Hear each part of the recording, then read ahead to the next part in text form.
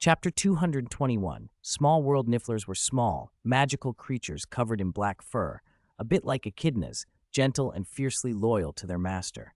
They also had an unfortunate obsession with anything that glittered, especially precious metals and gemstones. The moment Banner opened the case, the nifflers, drawn by the scent, slipped out that very night, which meant the Kamartaj sorcerers' wallets were no longer safe. "No wonder," Leon said. "Maybe next time you should keep the nifflers somewhere separate." "But if they steal something, can't you just catch them again?" Wang snapped. "Wang, you're not that stingy, are you?" Wang thumped his chest and stamped his foot. "I'm not stingy, but if you catch them once, there's a second time." "After a few runs, these little rascals get smarter," Leon said. "The two that stole things yesterday still haven't been caught." "I haven't seen my piggy bank in days," Wang wailed. Good heavens. It turned out those little rascals hadn't only taken Wang's money, they'd dragged the whole box away. Clearly a group effort. "Fuck!" Tony suddenly swore.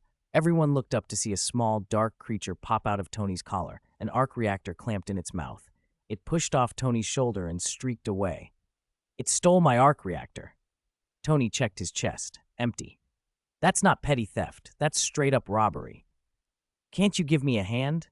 Tony rolled his eyes and casually drew a wand from his pocket. "Reactor! Axio!" The reactor flew back into Tony's hand, summoned by magic. The niffler, unwilling to let go, clung to the reactor and fluttered in the air, pulled along. "Nice Axio charm," Leon said approvingly. "Definitely Hogwarts 6th year level." "Thanks for the compliment," Tony replied dryly. He plucked the reactor from the niffler's mouth, gave it a disgusted shake, and slipped it into his pocket. Then he reached out and rubbed the creature's big belly. "This little guy's annoying," he sighed, "but why does it feel so good to touch?" "Thanks, Tony. Now there's only one niffler left to find," Wang said, edging forward. "Wang, why are you so nervous? Are you afraid I'll hurt it?" Tony put the wand away. "Complaining about trouble, but secretly enjoying it. You remind me of Severus." "Please, don't compare me to that bat professor," Wang muttered, stuffing the last niffler into Banner's briefcase. Leon used telekinesis to pull the final niffler out from a corner. "Here, this should be the last one." He sent it into the briefcase as well, then looked at Mordo. "Honestly, after a month apart, 1 minute back, and I can already see how chaotic Kamartaj is." Leon clapped his hands. "Don't just stand there. Let's start. Take me to the prepared spot, and we'll begin creating the small world." Wang and Mordo had proposed building a magic academy and a magical animal farm, and it would need its own independent space. The undetectable extension charm would be temporary and inadequate. They'd thought of using Leon's world rings, an object Wang had coveted for a long time, but Leon's rings, even the smallest, spanned trillions of kilometers. It would be absurdly wasteful for a school. Fortunately, Leon was currently in the World Master stage and could create small worlds. The defining trait of a Starry Sky World Master was the ability to connect with the universe's origin to draw energy and combine it with one's own world power to fashion a small world. That ability was unique to the World Master phase. Other stages, even powerful immortals, could not replicate it. At the immortal stage, the inner world transformed into an outer divine kingdom and world power evolved into divine power, losing the capacity to create small worlds. One had to advance past Law Venerable and Law Master to become a true god, and only when the divine kingdom became a miniature universe could they again forge small worlds by themselves. Leon, in the Marvel Universe where the classic notion of an origin didn't exist, used the Infinity Stones as a substitute. The stones embodied cosmic origins. He only needed to channel the Space Stone's energy and blend it with the world power of his inner world to build a small world. "Starting now? This way, this way." Wang got excited. He pulled Mordo along to lead the way, and they arrived at the deepest part of the library. "Are you sure you want to build it here?" Leon asked. The room was a deep, circular cavern, the original resting place of the Eye of Agamotto that contained the Time Stone. 4 exits ringed the chamber, 3 fixed portals leading to the great sanctuaries, and 1 ordinary arch opening back to the main library. Where the Eye once stood, Wang and Mordo had erected a small wooden house, about 3 meters high and 2 meters in both directions, in an Eastern Kamartaj style. The lumber and fittings were all made of precious magical metals and woods, exactly the kind of materials suitable for containing a small world. Yes, build it right here, Wang and Mordo agreed. Being next to the fixed portals is convenient, but opening into a cramped cave feels like a proper hidden sect. Leon surveyed the materials. It does give the right secretive vibe, he admitted. He pulled the door open. Behind it wasn't a small room, but a tightly stacked wall of magical metal, like a door set into a mass of enchanted ore. Good. This material will hold. Leon placed his palm on the door. You're starting now? Do we need to stand back? Wang asked nervously. No need, but it might take a while. Wait outside, Leon said.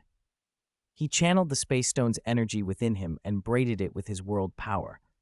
The two forces flowed through his hand into the wooden door and began to open a miniature world from nothingness.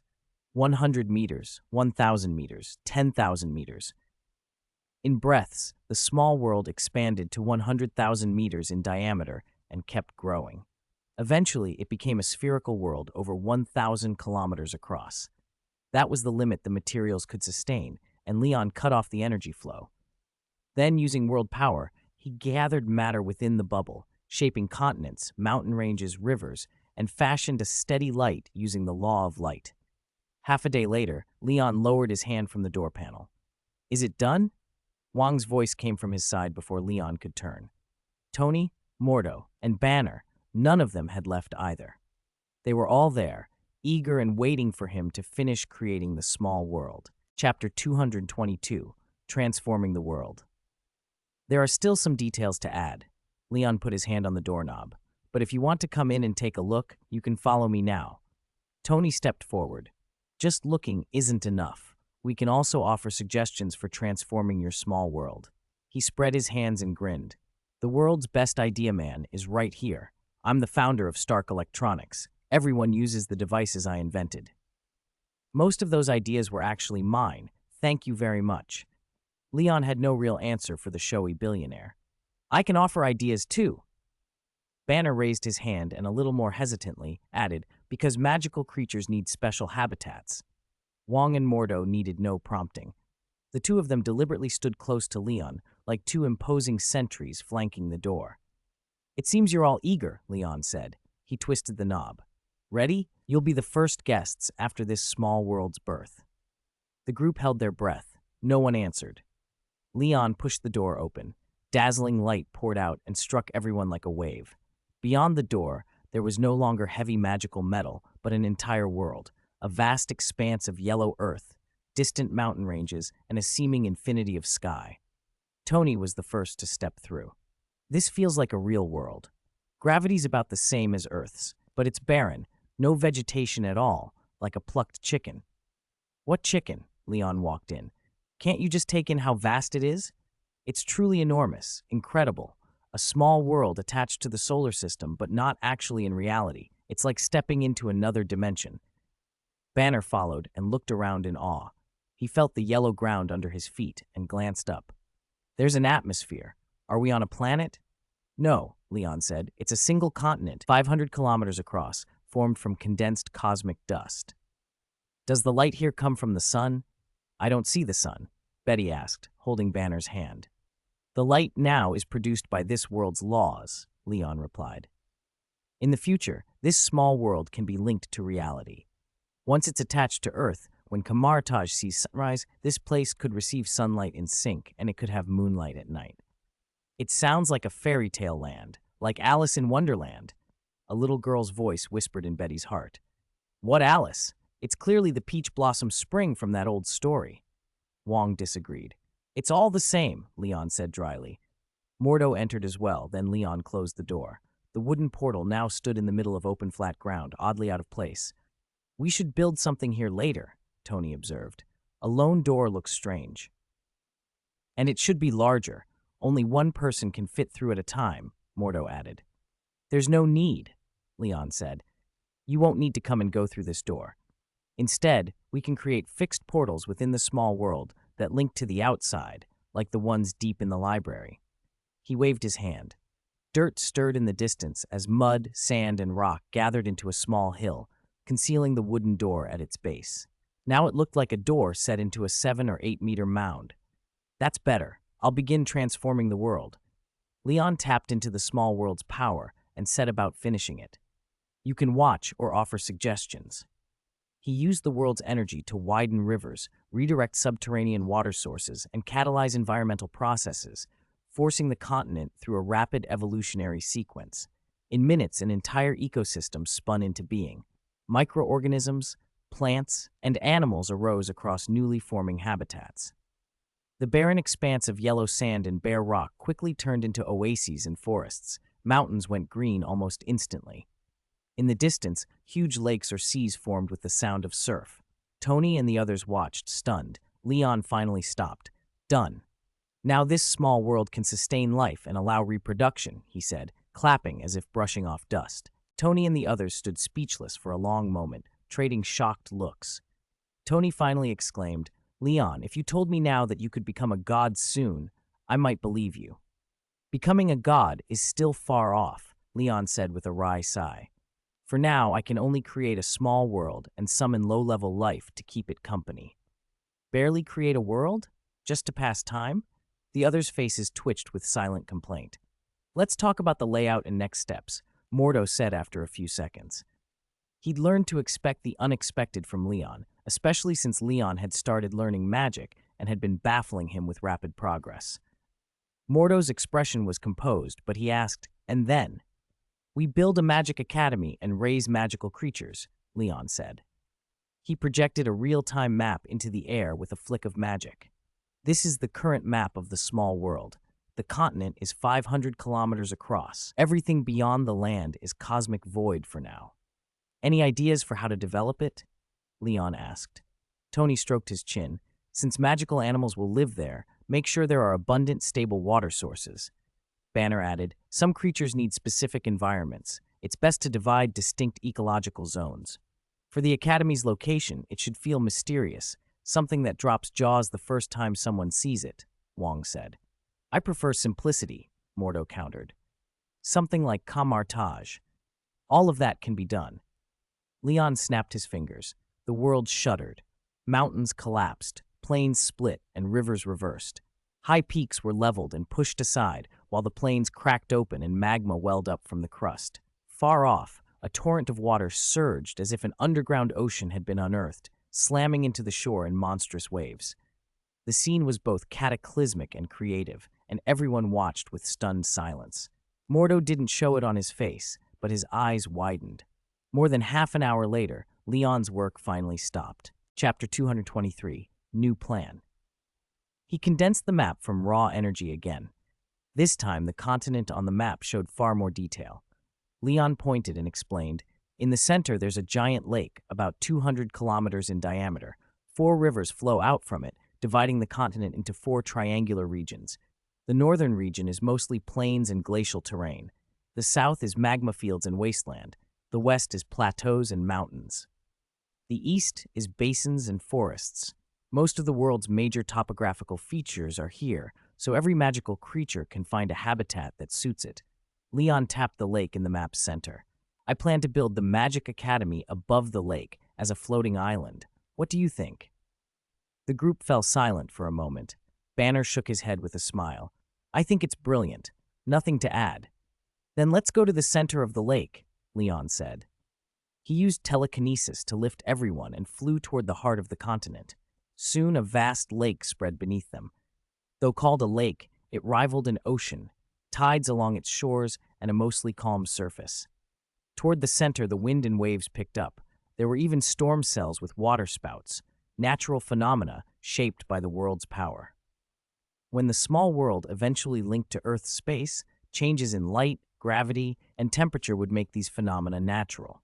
They stopped directly over the lake's center, where a massive mountain peak rose up. Leon flattened its base, flipped it upright above the water, and it hovered like a giant island. From there, he began layering protective and solidifying magics, Vishanti sigils, runic wards, solidification arrays, the sorcerer's dissolution charm, one enchantment following another. Light swept across the island in circles until, when Leon stopped, the floating island already had defenses capable of resisting most surface attacks. He surveyed it with satisfaction. That's about right. Simple, but impressive at first glance. Absolutely perfect. If there's a chance, we can invite Odin and the others, Leon said casually. Let them see this new secret realm of Kamartaj. Wong and Mordo lit up at the idea, imagining Odin arriving and reacting in disbelief. The thought pleased them. This will be the site of the Magic Academy, Leon announced. He led the group down to land. From here, how we build the academy and how we raise magical creatures will be based on your proposals. I leave it to you. Wong thumped his chest. Kamartaj has no shortage of talent, Leon. Don't worry, I guarantee the new academy will rival Asgard's gilded halls. Mordo and Banner took in the island and vowed there won't be any problem with breeding magical creatures either. Speaking of breeding, Tony interjected, I've been thinking, why not let me try something? Are you serious? Leon teased. You're not going to help and then sneak away to build an armor factory, are you? How could you say that? Tony feigned hurt, hand over his heart. Can an armor factory compare to all the beautiful women I've introduced you to? You're planning to build one, Leon said, guessing correctly. Tony spread his hands.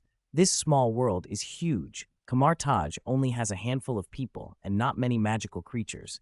It's a waste. Better to make full use of it. Don't build it on the island. This is Kamartaj, a sacred place of magic. If you want a factory, I can make you a small world ring later, can't I? Leon sighed. Really? Tony brightened. What about Pepper? Pepper gets one too. Oh, Leon, you're too generous today. Come here, give your big brother a hug. Tony exaggeratedly spread his arms. Leon sidestepped the bear hug.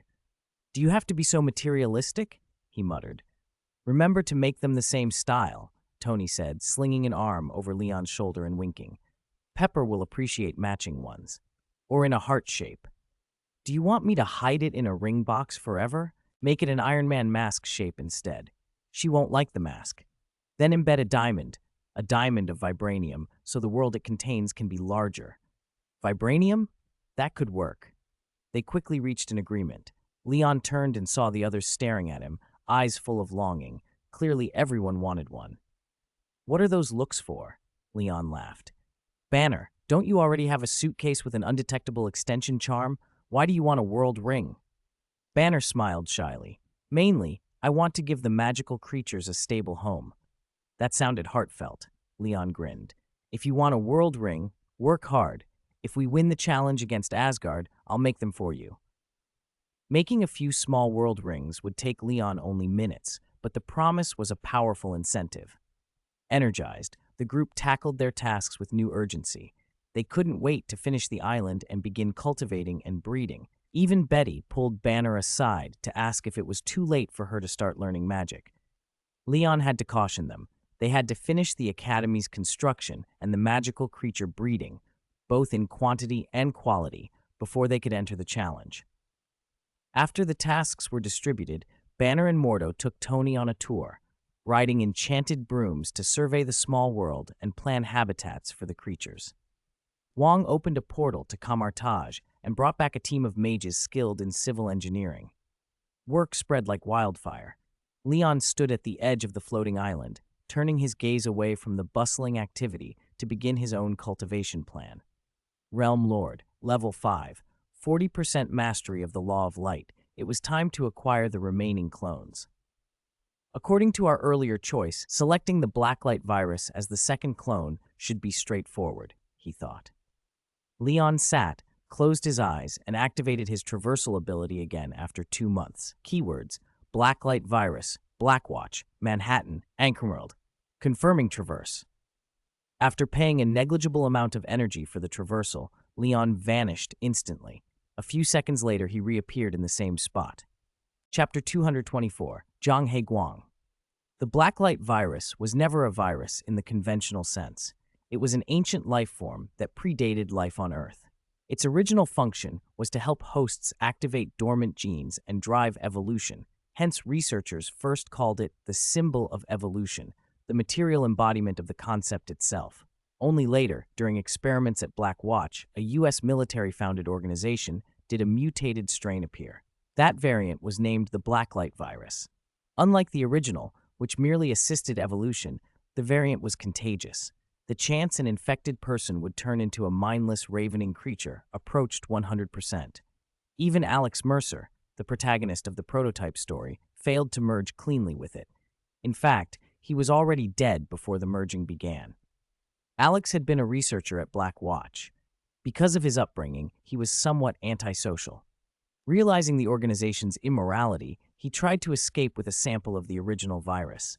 He was intercepted in a subway, shot dead by Black Watch soldiers, and in a final furious act smashed the vial, intending to drag Manhattan down with him and expose the truth. The released pathogen didn't merely infect the city, it fed on dead Alex, absorbing fragments of his memories and forming a new being. The newborn entity awoke in a Black Watch lab, escaped, and grew. Ironically, this viral-born Alex became more humane than his predecessor. At the end of that story, he flew a fighter into the sea with a nuclear warhead to save New York, sacrificing himself. And it was in that moment the newborn Blacklight virus crossed paths with Liang from another world. A few seconds ago, Liang had successfully traveled to a world called Prototype. He landed in a dark alley. When he turned, he saw Alex Mercer behind him, bewildered and alert in his leather jacket and hoodie.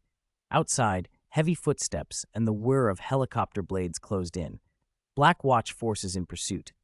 As soldiers poured into the alley and searchlights turned night to day, muzzle flashes flared and two crimson beams cut the air.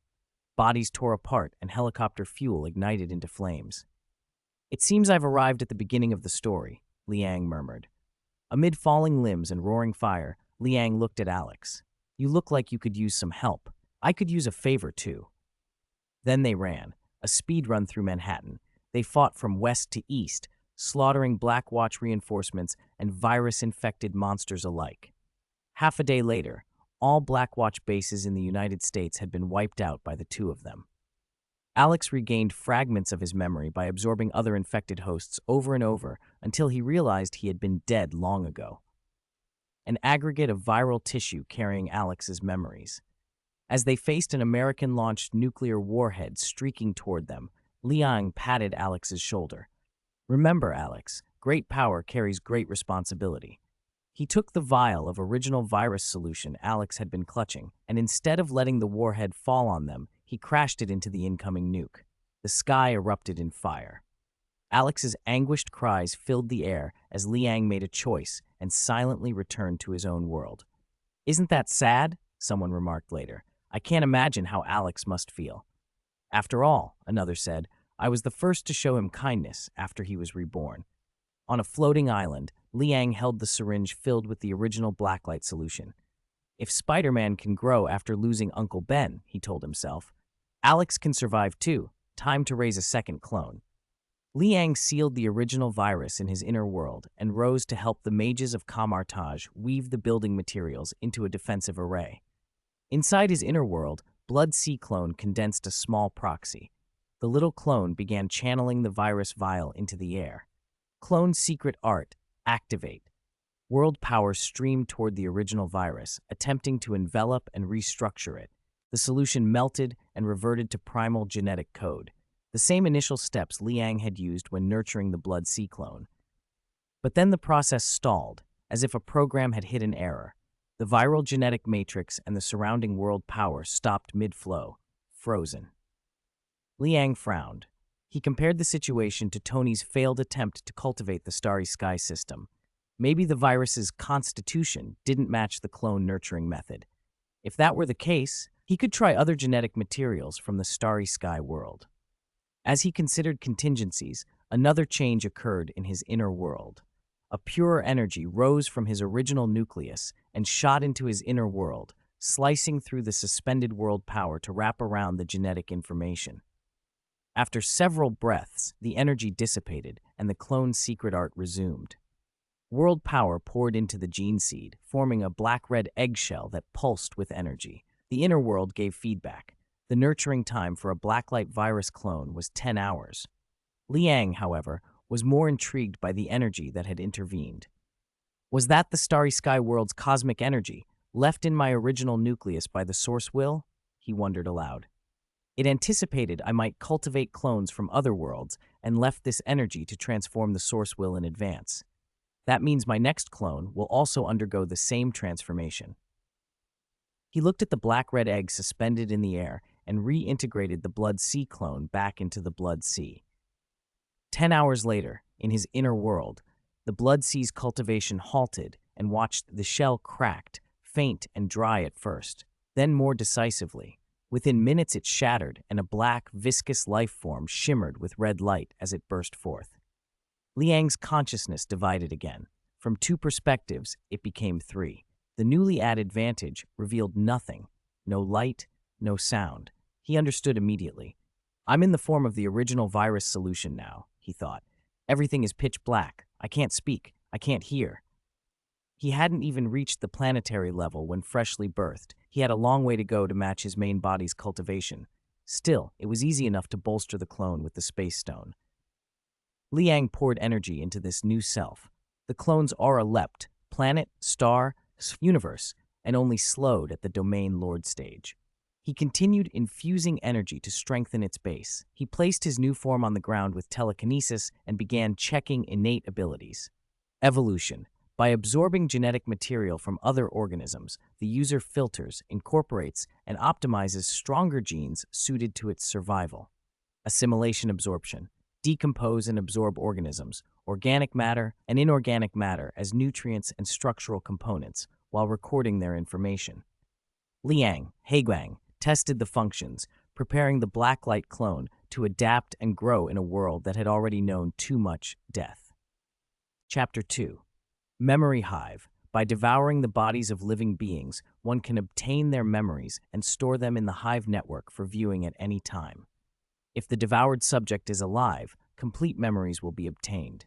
If the devoured subject is dead, only residual memories will be obtained. The longer the time since death, the fewer memories retained. Mimicry.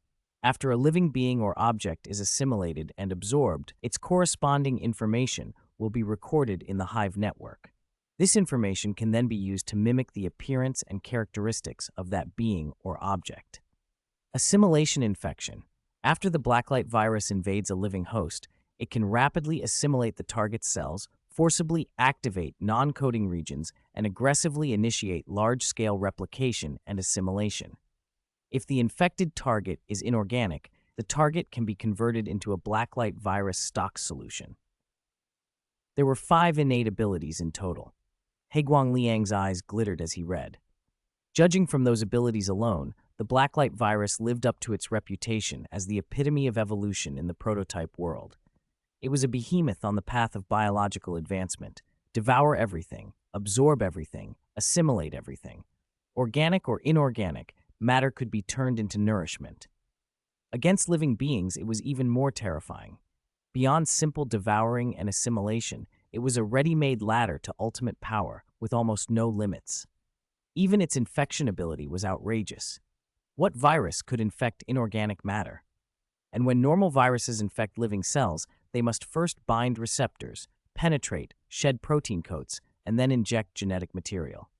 The blacklight virus simply starts assimilating cells, turning them into copies of itself. This wasn't a virus. It was practically a nano facehugger.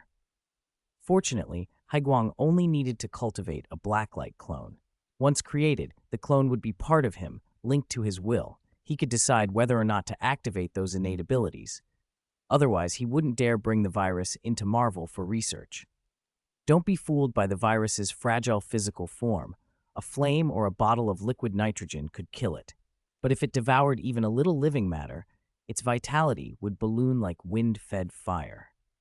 In the story, the protagonist Alex went from dying from bullets to shrugging off a nuclear bomb in just 21 days.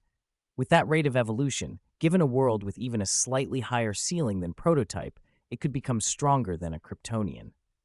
Heguang Liang bounced in place with excitement. His fluid-shaped body rippled. Ugh, why do I feel a bit like a slime now? He muttered, suppressing his excitement, and turned to check more details about the blacklight clone. Genetic level, only 1x? Looks like I'll have to keep devouring to evolve.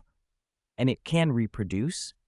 The reproduction method is to sever part of the virus's consciousness and let it develop its own, asexual reproduction. But I can't play with this. One misstep and something stronger than a symbiote god could spawn. I also can't let Tony get anywhere near the blacklight virus. Sooner or later, things would go wrong. Haiguang Liang hummed to himself. For now, let's test its devouring and evolution. Outside of his inner world, while shaping building materials, he stopped and drew a drop of blood from his palm, sending it into his inner world. He deliberately overrode his genetic self-locking so the drop wouldn't be destroyed. The genetic material arrived intact and hovered before the blacklight clone. In the clone's perception, the blood shimmered with spatial distortions, floating within reach. The clone rolled forward and engulfed it. Devour! Begin devouring! The liquid that made up Haiguang Liang boiled instantly. The virus surged into the host's blood, frantically assimilating it, trying to convert the genetic material into its own. But as it invaded the sample, Haiguang realized something was wrong. Wait, it's too strong. Too strong. I can't eat it. I can't eat it. In seconds, his form swelled uncontrollably. The black liquid sphere that had been tens of centimeters across expanded to well over 10 meters tall. I overdid it. I ate too much. I can't digest this. It's finished. Haiguang shook his non-existent head. On the floating island, the main body spread its hands in a helpless gesture. Then the blacklight clone detonated. With a disgusting, thorough splatter, every viral particle that had absorbed the blood's genetic material detonated. Haiguang Liang's 3 perspectives suddenly dropped to 2. Well, my first blood in Marvel came from myself, he sighed. He hadn't expected a clone already fueled up to Domain Lord level to be overloaded by the main body's genetic information. Looks like I have to start from the simplest organisms. World power surged, and within seconds the blacklight clone reformed. Haiguang Liang's 3 perspectives returned. That was one of the greatest advantages of having a clone. As long as either the clone or the main body survived, even if the other was reduced to nothing, they could use energy and matter to reconstitute and revive, except in the case of soul death. That was why Haiguang dared to experiment boldly with the blacklight clone. My main body's genes can't be devoured, so the Blood Sea clone won't work either, he reasoned.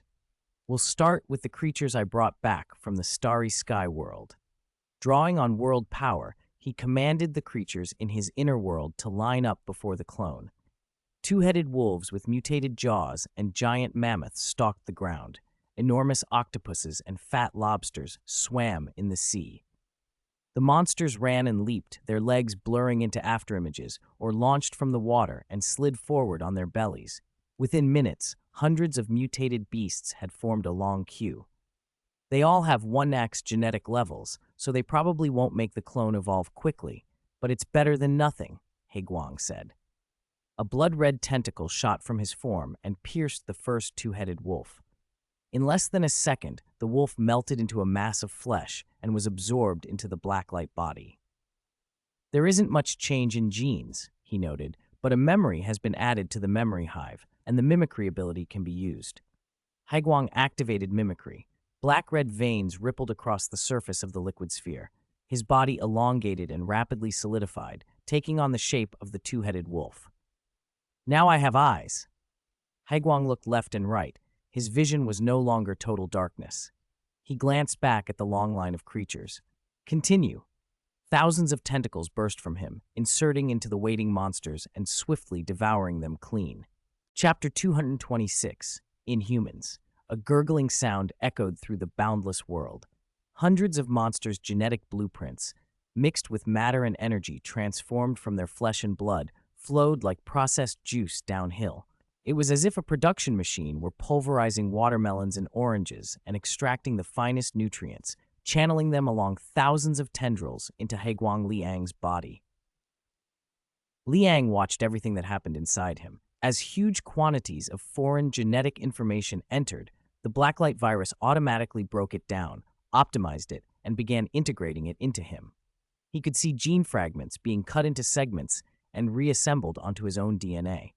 From that careful, almost personal process, he immediately understood what new abilities he had gained.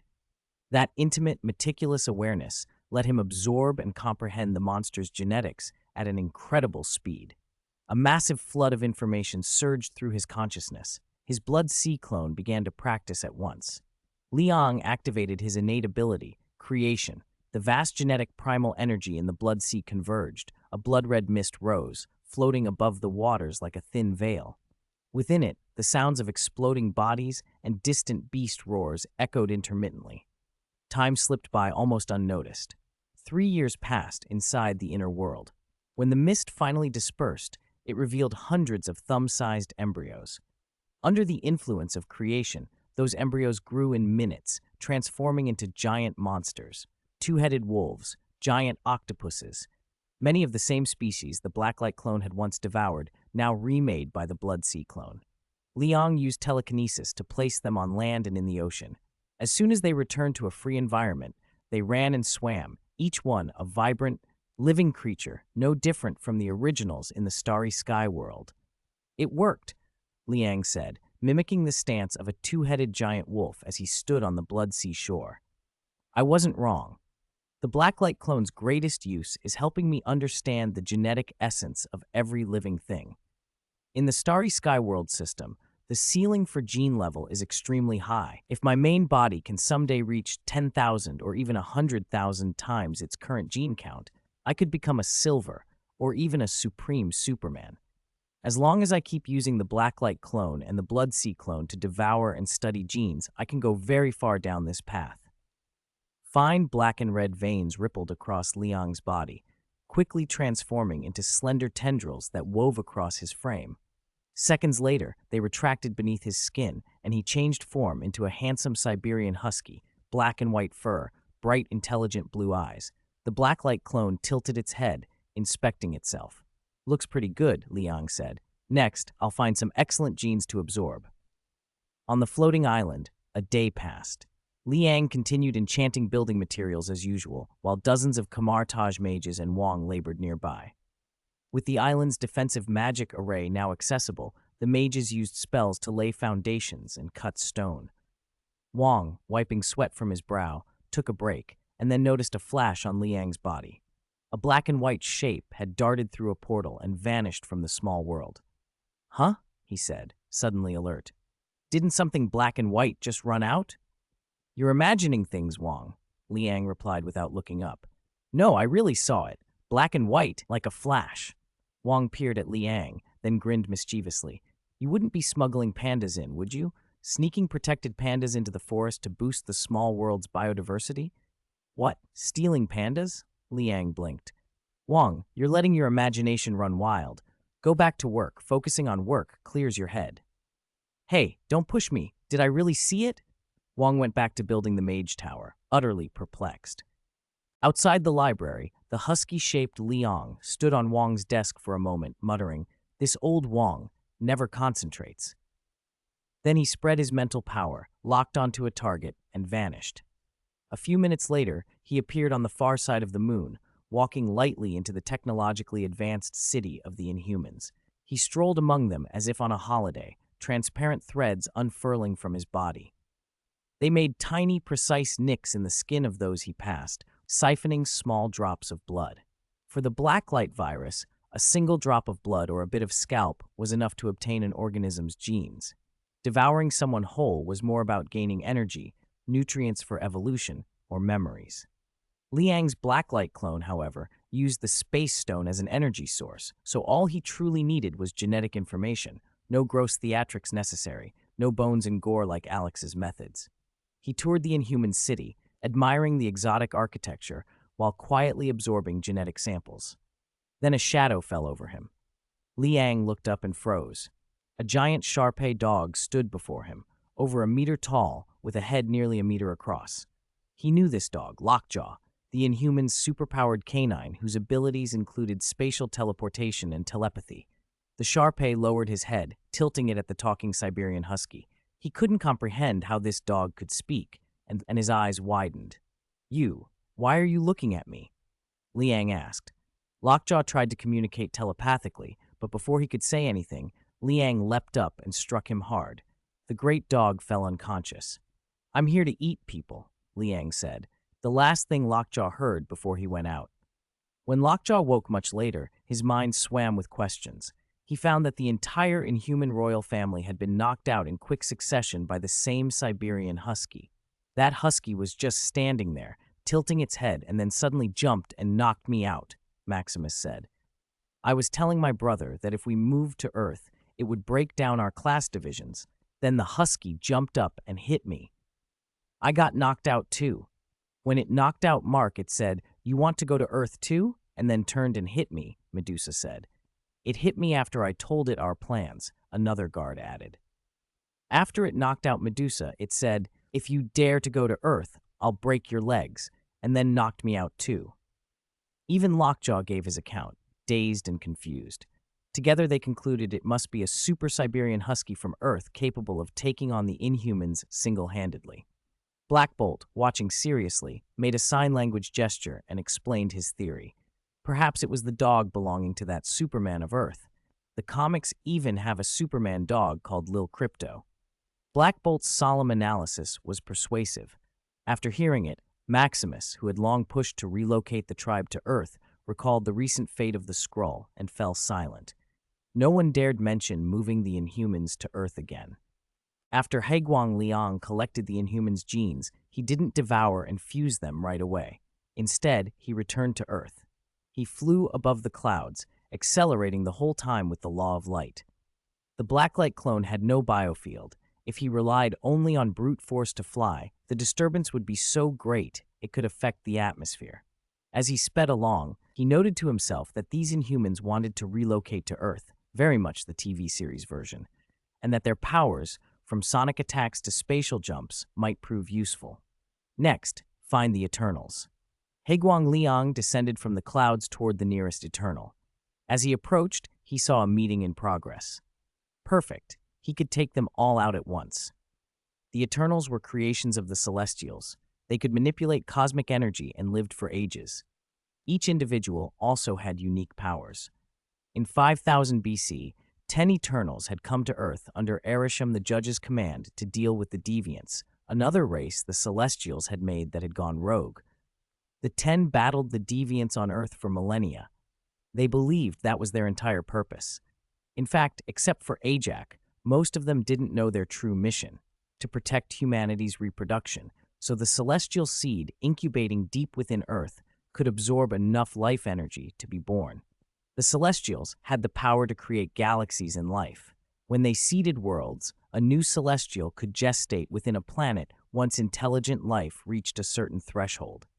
The planet that nourished it would crack when the celestial was born.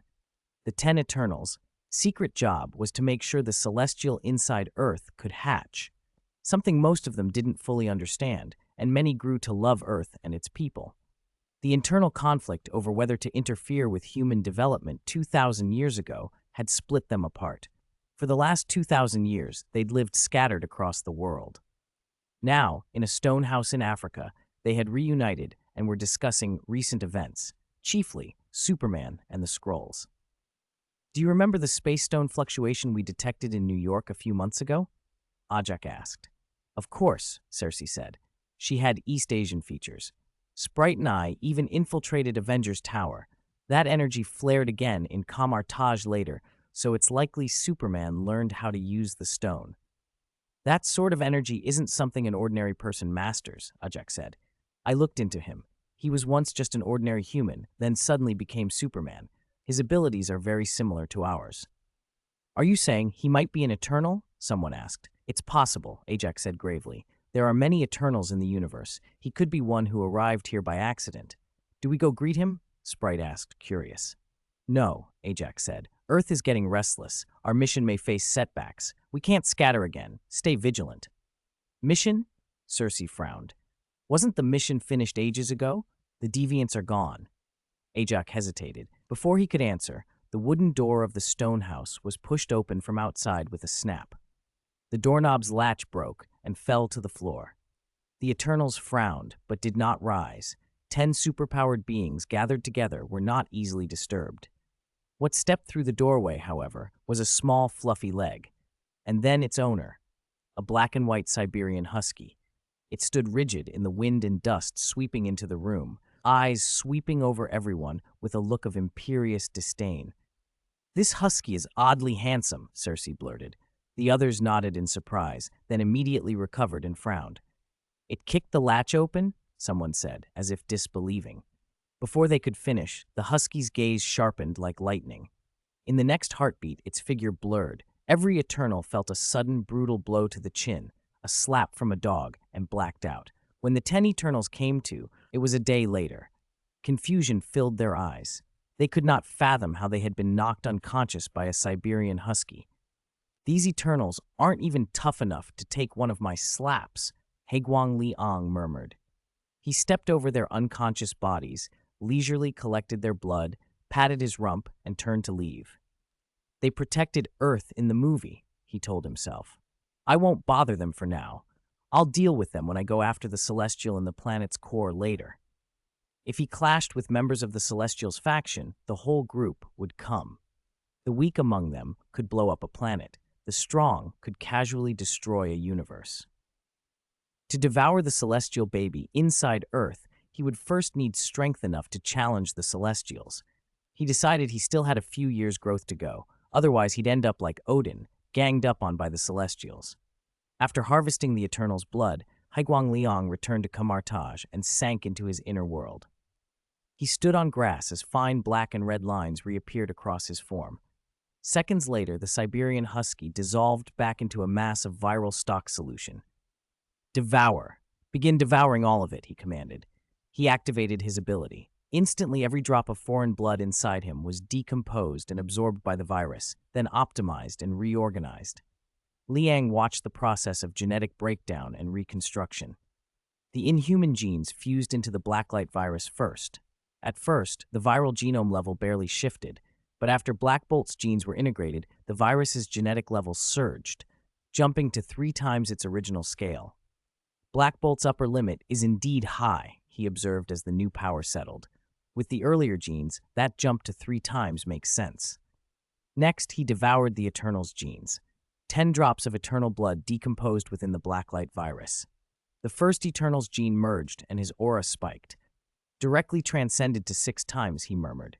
He continued, then the second, the third. With each integration, the virus evolved. When the last Eternal's gene finished merging, the blacklight virus's genetic level had climbed to 10 times. A thrill ran through him. Delicious. The feeling of evolving is intoxicating. The blacklight clone flexed and reformed into human shape. He now possessed the Eternal's cosmic manipulation, their super speed and strength, healing, illusions, energy projection, and more, as well as inhuman powers like sonic assaults, spatial transformation, hair control, and shockwaves. "All these powers are mine," he said. "But the genetic fragments of these extraordinary abilities are complex. It will take time to study and master them." He paused, eyes on the horizon. "Next, I'll go devour the genes of other creatures on Earth." Chapter 228, A Visit from the Jang Parker Family. For a while after that, Liang, the Black Light, traveled the world, consuming every form of life he could find. From whales tens of meters long to virus particles drifting in the air, among humans from the mighty Hulk to weak, unawakened Inhumans. He spared none.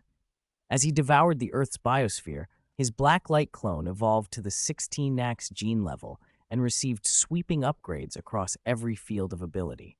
The genes and forms of every creature were absorbed and backed up into the memory matriarch. Only the Hulk's bloodline proved unusual. After absorbing Banner's blood, the Blacklight virus could not become the Hulk outright. It could only generate variants reminiscent of Abomination or the Red Hulk. Repeating the experiment produced the same inconsistent results, sometimes a Red Hulk, sometimes a gray one. The Marvel Cinematic Universe may never have explicitly said the Hulk's power is primordial, but it was clear that the Hulk was special. His power couldn't be fully replicated.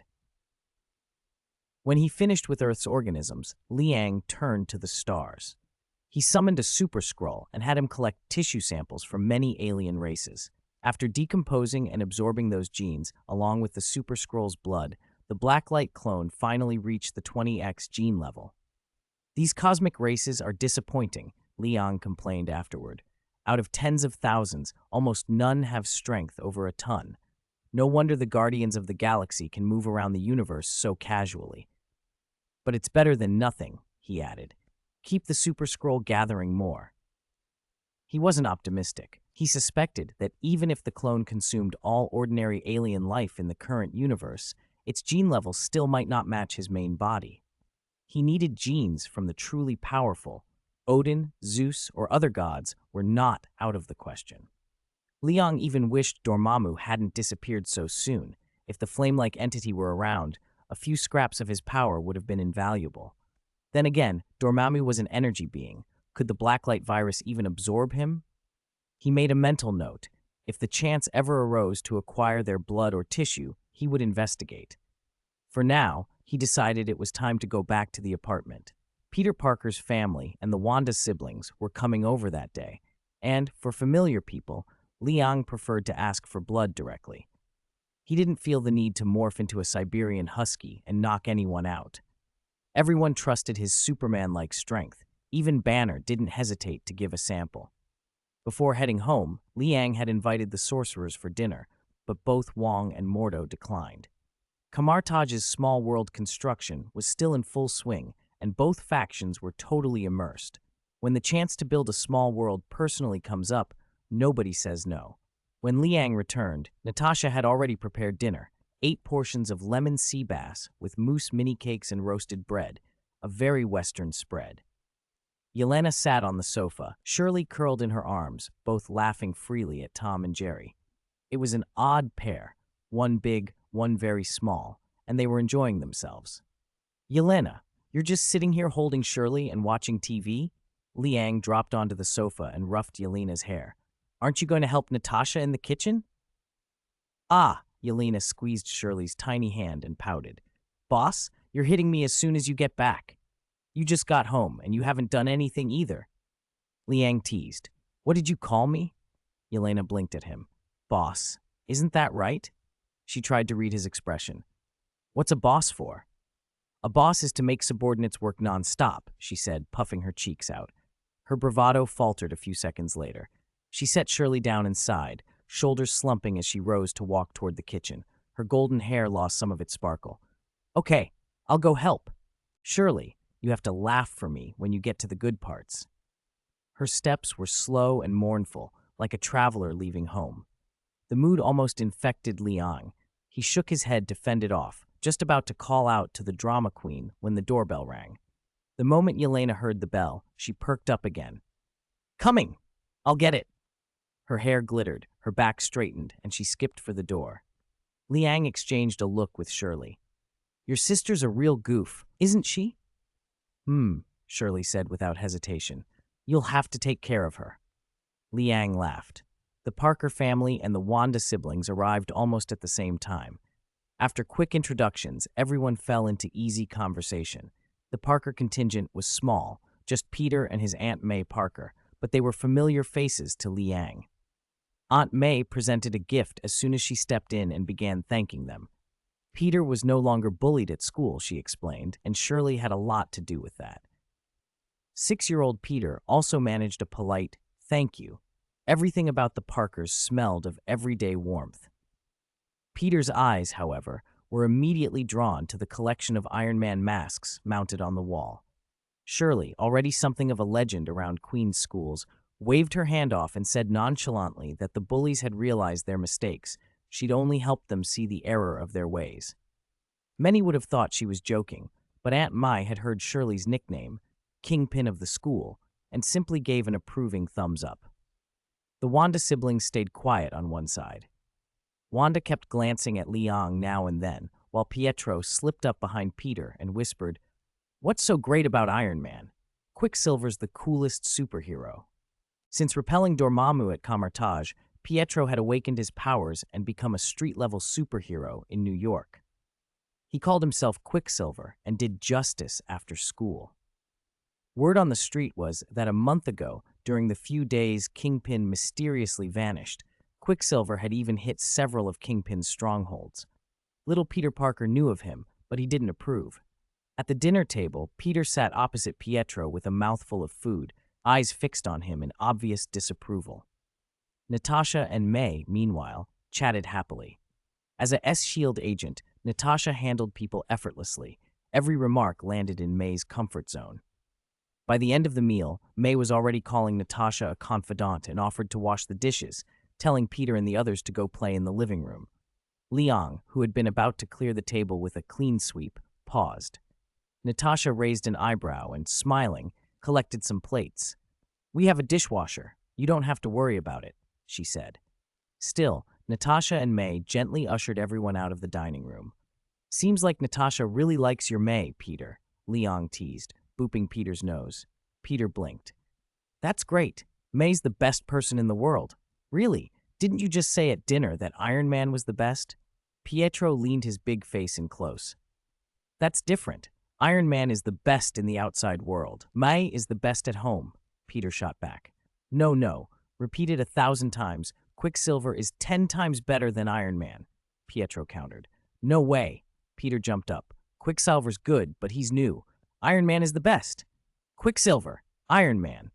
Their bickering gave Liang a strange sense of déjà vu. He looked around and saw Yelena and Shirley on the sofa, watching Tom and Jerry.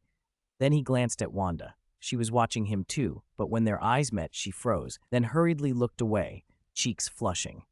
"She's always been like that," Wanda stammered when he asked about Pietro. "Like someone who never grew up. Don't mind him." Wanda's evasive expression carried a quiet, unmistakable joy. Liang registered every micro-expression. The way she lit up looked a lot like how someone acts around a person they like. That made sense. It had been a month since they'd seen one another. He'd been buying up headlines for weeks.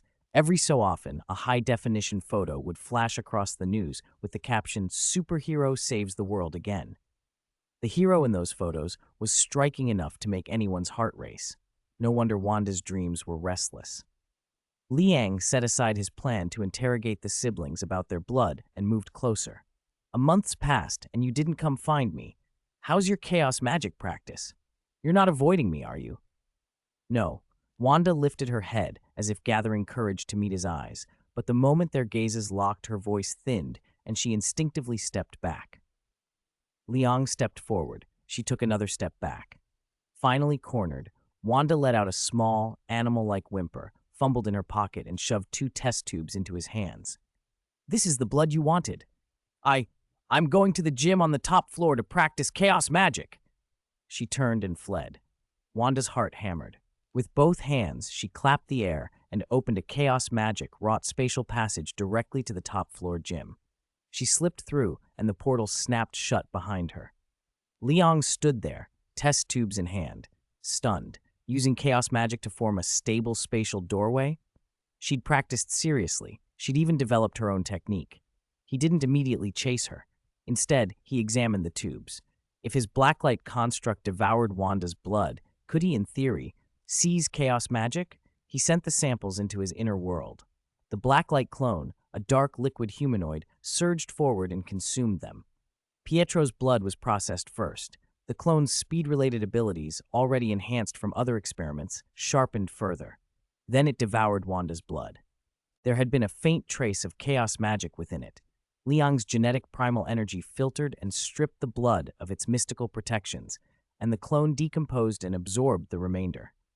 For a moment, Blacklight Liang convulsed.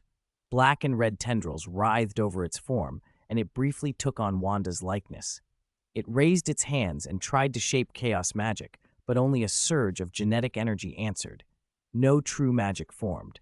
Liang tried to channel space stone energy into the construct as well.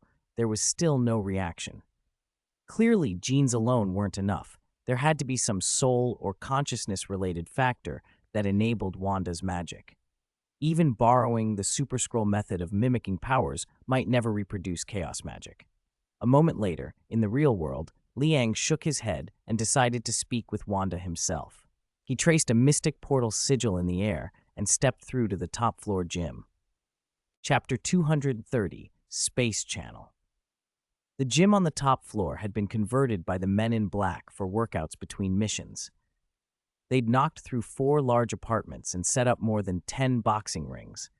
In the early morning and again at dusk, the light from the French windows poured in and flooded the rings like a rising tide. The shadows of 2 people sparring in the ring were almost beautiful in that light. Wanda sat on the edge of one ring, staring through the windows.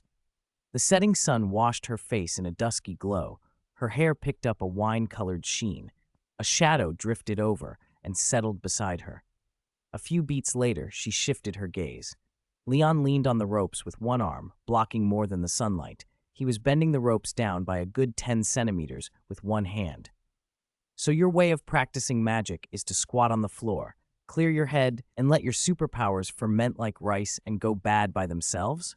He teased. Wanda felt she ought to be annoyed, but couldn't manage it. I need to digest after dinner before I do anything strenuous, she said, trying to explain. You actually have that serious a reason? Leon sat down with a grin. The sunset gilded him. He looked like he'd stepped into a pocket of liquid gold. Wanda watched for a second, then turned away and covered her flushed nose, stopping herself from looking. Tony arranged private lessons for Pietro and me, she said, as if to justify herself. They cover everything from elementary to high school. I'm actually pretty good at biology now. How long have you been doing that? So you're a prodigy. Leon fanned his face dramatically. Oh no, I'm already imagining you in a white coat studying magical animal droppings with Betty. Wanda's gaze hardened. Like every woman, she knew how to catch the hint.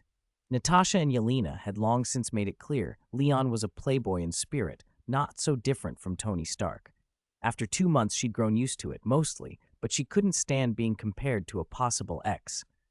Betty, who is that? She asked. She's Banner's girlfriend, Leon said, one eyebrow lifted. A biologist, a perfect match for Dr. Banner. She'd get along great with a young woman like you who likes biology. I don't know, biologists like biology, but I'm only good at it because… Wanda glanced at him, not wanting to say aloud the real awkward reason. Because I want to understand how my magic forms in my body, she offered instead. You could have just asked me, Leon said. I can tell you right now, chaos magic has little to do with your physiology. It's more about your soul. How do you know that? Wanda's curiosity was piqued. After you gave me your blood, I did a little study, he said casually. I've been looking into the genetic makeup of different organisms lately. Soul. Wanda reached out with a finger and watched crimson chaos magic swirl and flow around her fingertip. She frowned. That didn't explain anything. She couldn't see how the magic connected to a soul. Don't overthink it, Leon said. Some things are hard to put into words. Almost every Wanda across the multiverse can use chaos magic. That's your power. You were born Scarlet Witch, he continued, nodding toward the crimson light. Instead of worrying about that, why don't you show me the spell that opens the spatial portal again? You were the one who helped me develop it, Wanda said, smiling. The melancholy she'd carried earlier lifted. When she talked about the magic she'd worked out herself, she became composed and confident. I came up with it by watching Kamartaj's techniques for portal magic. She put her hands together, fingers weaving in a practiced pattern. Crimson energy gathered, stretching outward and thinning the space in front of her. Like I told you before, I'm better at applying spatial magic than the ones I see in my dreams. As she spoke, the air in front of her tore open, folding back to reveal a circular passage. Beyond it was a world of color. Walls of rhombus-shaped crystals filled the space just past the portal. Leon's eyes widened. Did you tear open the universe barrier between our universe and that one? Wanda nodded. When I make a spatial passage, I temporarily pry open the universe barrier at 2 points and connect them. Leon's expression went odd. Her method sounded like brute force, effective but not subtle. When you were testing this, did you see a big bald man with an enormous head just outside the passage? He asked. In the Marvel mythos, there were the Observers, an ancient race born at the dawn of the cosmos, older than almost anything else, armed with vast knowledge and advanced tech. They observed without interfering. One observer who often watched Earth's major events, Watu, was notorious among those who kept track. Leon suspected that when Wanda ruptured a universe barrier so directly, an observer would have suddenly appeared to stare. Wanda blinked. A big bald man? The ancient one? She tilted her head. Master Wong said she was your former Sorcerer Supreme. If you want, I could try to open the dimension where eternity resides and we could see her. No, that won't be necessary. Leon flushed a little. The image of a newly confident sorcerer casually cracking open eternity's dimension had him flustered. Was she planning to ask for a wish? To bargain with forces better left alone?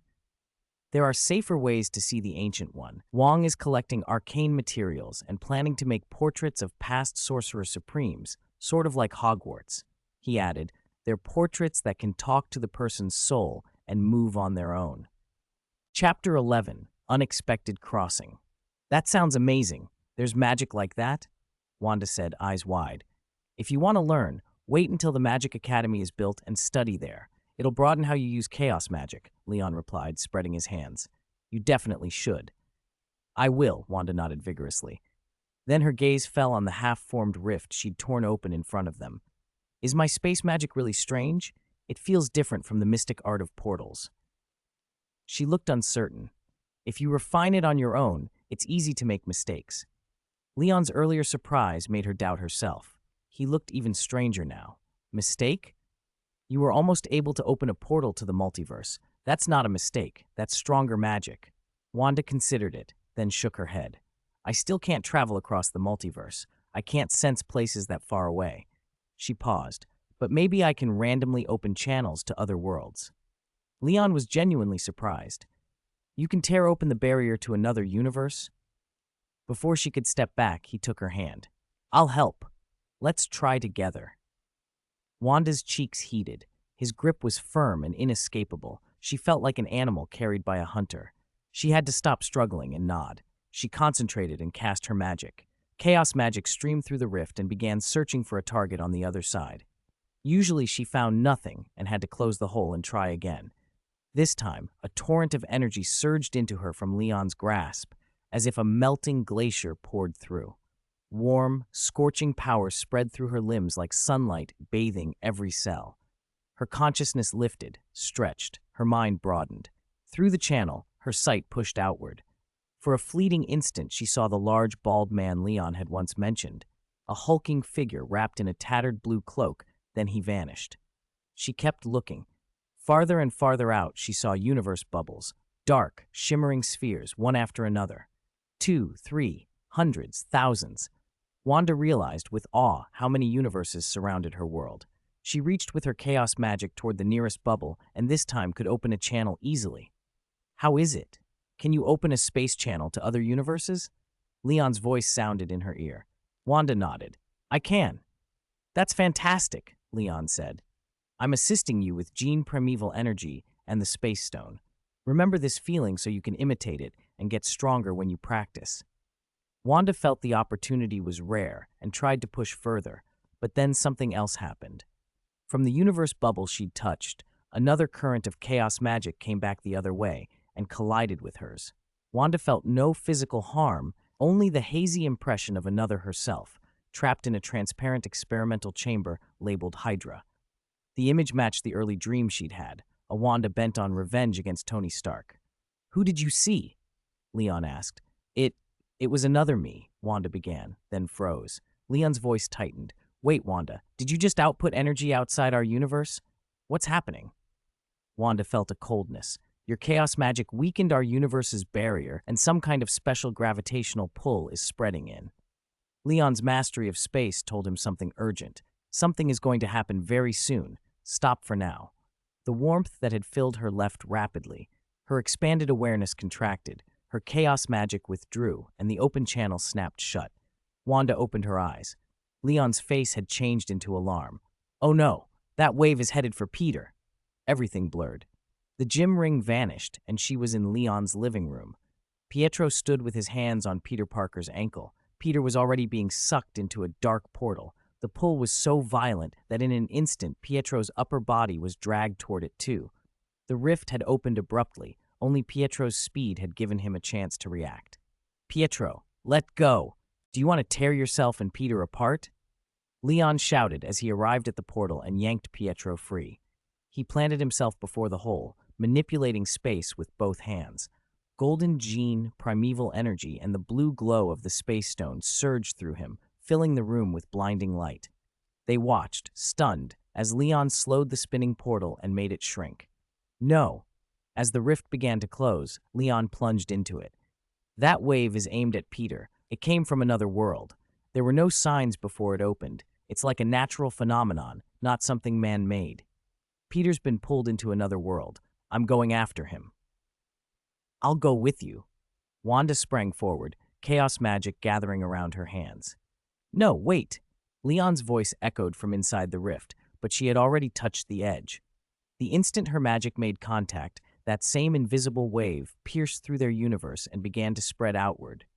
The portal vanished beneath her hand. There was nothing to hold. What exactly is going on? Pietro stammered, staring at his sister. Peter's not dead, is he? Wanda frowned. She could not find Leon or Peter. Leon can't be dead. No, I have to find him. She sat cross-legged on the floor and reached inward, actively trying to connect with the multiverse. On the other side, Leon landed in an unfamiliar city. He stepped out of the dark rift, and the first figure he saw, back turned to him, wore a red uniform stretched over a wiry frame. Spider-Man? Chapter 232, Spider-Man, Parallel Universe. Mr. Lion, not far ahead, was a Spider-Man. He crouched on the eaves of a rooftop in the classic red and blue suit, hands and feet planted, half in shadow. The poor lighting made the red stand out even more. As Mr. Lion stepped out of the spatial passage, he heard the wall of chatter. "All right, let's get this over with," the Spider-Man muttered. "I'm Peter Parker, bitten by a radioactive spider, became Spider-Man. Not long ago, because I stuck my nose where it didn't belong, Doctor Strange's magic went wrong, and villains from other universes spilled into my world.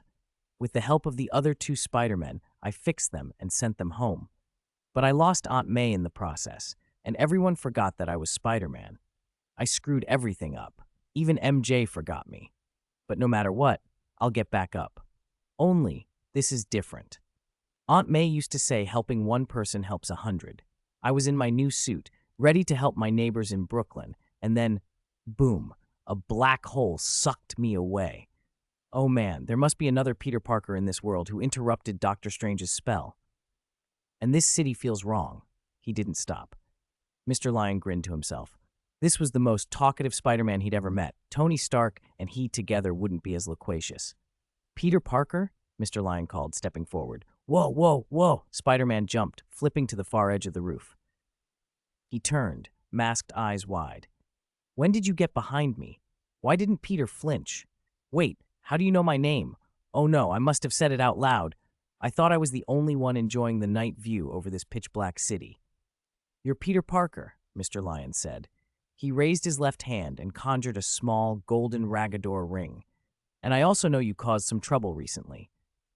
Spider-Man blinked at the ring and then pulled off his mask. A young, familiar face looked up. Holland's Peter, tender and exhausted. "You're a wizard from Kamartaj, but how do you still remember me?" Mr. Lion studied him. This was definitely the Holland version, likely the Peter from the main movie universe. "Maybe because I'm not from your world," Mr. Lion said. "My universe sits next to yours. I have a Peter Parker there too." "Another universe? Is he still in middle school?" Holland Peter joked, then pressed a hand to his chest and added, "If possible, tell him not to let Doctor Strange cast forgetting spells so casually. Sorry, I don't know much about your place. Do you have Thanos? He's purple." "Enough, kid," Mr. Lion interrupted, amused. "Don't worry about my universe for now. The important thing is where we are and why we were pulled here." He needed to find his little spider first. Mr. Lion walked to the roof's edge and scanned the city. They were in Hell's Kitchen, New York, but something was off. The towering buildings teemed with people, yet everything was pitch black. No office lights, no street lights. Only the smell of industrial waste made the place unmistakably New York. Colored lights along the city's rim were flickering back to life, as if the power grid were recovering. Holland Peter followed, still talking. "You look young too. Why call me kid? I haven't even introduced myself properly. I'm Peter Parker." "Call me Mr. Lion." He activated his enhanced hearing and vision and listened, watching. Quickly he gathered the clues he needed. Kingpin, a collision experiment, Spider-Man. The pieces snapped together. "We're in Sony's Spider-Verse," Mr. Lion said. "No wonder the time and space stones aren't working like they should. I remember this case clearly. Kingpin in this world ran a space-time collision experiment to try to save his wife. The experiment initially failed because the local Spider-Man interfered, but it also pulled in Spider-Men from other worlds. Chaos magic, Wanda's influence, has weakened the barrier between universes, so even our little spider got dragged in. As for you, you were probably swept over the last time Wanda tried to catch up. That collision wave spread again." Holland Peter's expression tightened at the familiar names. "You know what happened here?" "I do. Mr. Lion drew a portal casually in the air. Come on, we'll save someone on the way and then get back to our own universe. A shattered experimental facility lay in ruins. Twisted steel frames and jagged concrete panels littered the ground. Yellow-brown dust hung in the air. On a heap of rebar and rubble, a Spider-Man in a torn, bloodied suit lay sprawled. In front of him stood the enormous figure of Kingpin in a black suit. "Hey, Kingpin, haven't seen you in a while. How's business?" The wounded Spider-Man coughed, forcing a grin through the pain. He was badly hurt, but still tried to keep the tone light. Kingpin stepped forward and casually ripped off the mask. Underneath was a young, blonde Caucasian man. "Oh no," the Spider-Man whispered, too weak to struggle. "You found out my identity." "Don't do this, Kingpin," he pleaded. "Your collision experiment will tear Brooklyn apart. We can't let you." "You want to resurrect your loved ones," the Spider-Man went on, voice faltering. "But it won't work. I saw other worlds in the Collider. Most of them were dead." Kingpin stared at him blankly for a long moment. He knew the man before him would not lie about what he had seen, but he could not accept it. "Impossible," he said, the word cold. Without warning, Kingpin's expression went hard. He raised both enormous fists, his muscles bulged like a bear coiling to strike. There was nowhere for the already grievously injured Spider-Man to retreat. The two fists came down with the weight of judgment, and the young Spider's fate hung in the balance. Chapter 233, Save Spider-Man. Peter bang, Kingpin's fist came down, but it was stopped halfway by another Spider-Man who appeared out of nowhere. He wore the red and blue suit and crouched to take the blow, then rose as if nothing had happened. "Phew, hello everyone. Glad I got here in time. Well, technically Mr. Lion got here in time." Holland Spider gripped Kingpin's hand with one palm and waved with the other. He made a fist and pointed his thumb at the Spider-Man who lay battered behind them. "Sorry, Kingpin. Even if you don't look much like the Kingpin from our universe, I can't let you keep hurting this guy. He's pretty beat up. Don't we need an ambulance?" "Spider-Man?" Kingpin's eyes narrowed. He let go of his fist and glanced between the two Spider-Men. "Another one?" A smile creased his lips. "From another universe? Ha-ha! So the experiment wasn't a mistake after all." Laughing, he turned to leave and gestured at Prowler and Tombstone standing nearby. "Take care of them." Prowler, clad in a purple combat suit, and Tombstone, with his intimidating flat top, surged at Holland Spider together. In any Spider-Man story, they were familiar adversaries, experienced at fighting wall crawlers. Holland Spider had been through a lot, but the three of them were locked in a brutal, evenly matched skirmish. Mr. Lion moved through the chaos like a window shopper, eyes taking everything in. He stopped beside the Spider-Man of this world and asked, "How do you feel? Can you get up and walk a little?" "Cough. Are you another Spider-Man?" the local Spider-Man croaked. "I'm fine.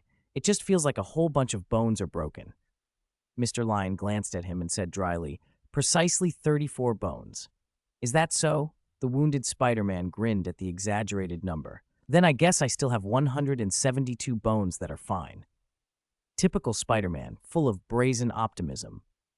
"You really are an optimist," Mr. Lion said, then couldn't help but take out his device and snap a photo. He raised a stark holographic phone and used a voice command to take a selfie. At the click, despite the blood on his chest, the local Spider-Man cheerfully flashed a peace sign and a brilliant smile. "Cheese!" he called. Mr. Lion looked at the image, bloodstains and that radiant grin, and was momentarily speechless. Sorry, old reflex," the Spider-Man explained with an embarrassed smile. "When I go out, people always want pictures. It's a conditioned response." Mr. Lion arched an eyebrow. "Don't you think you're a little friendly? Doesn't Mary Jane ever complain you're too much of a do-gooder?" "She does a lot, but she's always with me, right?" the local Spider-Man said, catching a jade bottle, Mr. Ka. Leon tossed him from his inner world. "What is this?" "For healing. Drink it." "Hey, can I get in on this friendship thing?" Holland Spider shouted from where he was still being hassled. Prowler and Tombstone, battling him, glanced back and exchanged looks. "I'll take care of that Spider-Man first," Prowler said, twisting away and lunging at Mr. Lion. He skittered along the walls like a mantis, blades extending from his hands with a cold glint. "Watch out, Mr. Lion!" Holland Spider yelled, then, deciding not to intervene, trusted the sorcerer to handle it. After all, sorcerers of Kamartaj had faced Thanos' legions during the End War. A warning is useless, Prowler sneered as he closed in, his right blade aimed for Mr. Lion's neck. Die! Mr. Lion was unperturbed. Hey, watch out! He didn't move. The injured Spider-Man behind him widened his eyes, then, to everyone's surprise, gritted his teeth, forced himself to his feet, and leapt toward Mr. Lion. You couldn't stand a moment ago, but now you can get up to save someone? Of course you could. You've got to be so dramatic. Mr. Lion caught him with a wry smile, and with an effortless slap sent Prowler flying. The purple-suited villain shot out like a meteor, tearing through layers of the ruined lab and streaking into the sky. High-speed friction reduced him to scattered carbonized fragments. The lab fell silent. Tombstone hesitated, then turned to flee. Mr. Lion's heat ray followed him, scoring through his chest. Holland Spider and the local Spider-Man both stared, stunned. Mr. Lion, your magic's a little different from Mr. Stevens, but, it's still pretty cool, Holland Spider said, having been through brutal cosmic battles before and taken the scene in stride. The local Spider-Man, who defended his own world for years, only frowned slightly. Honestly, handing them over to the police would have been best, but you helped a lot. Thanks. It's nothing.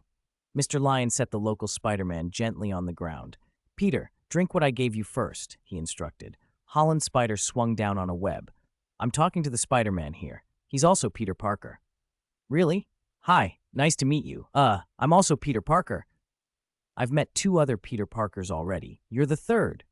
Holland Spider extended a hand. Hi, sorry I couldn't stop Kingpin sooner. You 2 must have been brought here by that collider experiment. The local Spider-Man didn't hesitate. He drank the spring water Mr. Lion had given him. Thanks. This actually tastes a little sweet. Within seconds, his body knit itself back together. He exclaimed and was on his feet, fully healed. What kind of drink is this? It's even better than ice-cold cola. He laughed, touching his chest, then looked grateful and amazed. I can guarantee your world is awesome. Awesome, Holland Spider repeated, surprised and thinking of Mary Jane. She's going to be thrilled tonight. Cough. He cleared his throat. I mean, maybe other Spider-Men were pulled into my world too. You mean there are others? Holland Spider peeled off his mask again. That's right, we should find them first, then figure out how to send everyone home, the local Spider-Man said. The collider brought you here, so another collider could send you back. Maybe when Kingpin runs his next experiment, we can use that chance to get you home and destroy his collider at the same time. Holland Spider nodded, excited. We should be able to use our spider sense to find them. Or find Aunt May, the local Spider-Man added. All Spider-Men find Aunt May. Aunt May. Holland Spider froze, his eyes going blank at the name. Chapter 234. Chapter 3. Worms Farewell. Holland Spider's face tightened at the thought of Aunt May, who had died recently. She had been the last family he had in that world. Every Peter Parker has an Aunt May, he muttered. Leon patted him on the shoulder. But your Aunt Mays are different. Don't dwell on it. It's too late to wake up Aunt May anyway, Holland Spider said. He traced a circle in the air. Portals opened around them, their flickering golden sparks lighting the ruined skyline. Besides, rounding up the other Spider-Men won't be that hard. Let the Spider-Men find their own way here, Leon said, opening 10 portals. On the far side of each one, a figure could be seen, some on rooftops, others in temporary refuges. Portals. Kamartaj's magic is still amazing. Holland Spider shook off his gloom. 10 portals, so 10 more Spider-Men? More or less. Leon held out a hand. With a squawk from above, a small figure fell through a portal into his arms. Ah, here it comes again! The little boy landed safely in Leon's embrace. Got you, little Peter. Leon looked down and smiled at the 6-year-old version of Peter Parker from his own universe. Huh, it's you, brother Leon, little Peter blurted, clinging tight. Were you sucked into the black hole too? Are we in hell? Thinking of Hell's Kitchen as actual hell didn't help the boy's nerves. Leon nodded. Kind of. We're about to go back to the human world, but when we do, you have to listen to Aunt May. If you don't, that hell demon that went after you will come back for you. Ah, the child shrank and promptly promised, I'll be good. A Spider-Man standing next to Leon glanced down at little Peter and said softly, Calling my world hell is a little harsh. I've been busy trying to stop crime. But you nearly got yourself killed today, Leon replied, arching an eyebrow. Holland's spider moved closer. Is this Peter Parker from your universe? He looks a bit like you when you were little, right? Leon set little Peter down. Parallel universes are funny like that. He lowered his voice. We have an Aunt May there too. You should visit sometime. Peter blinked, about to respond when a voice came from one of the portals. Huh, is that you?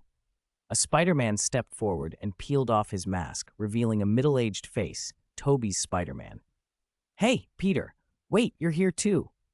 Holland Spider's face lit up. After Doctor Strange had wiped everyone's memory that Peter Parker was Spider-Man in his world, Holland Spider had never met anyone who knew him.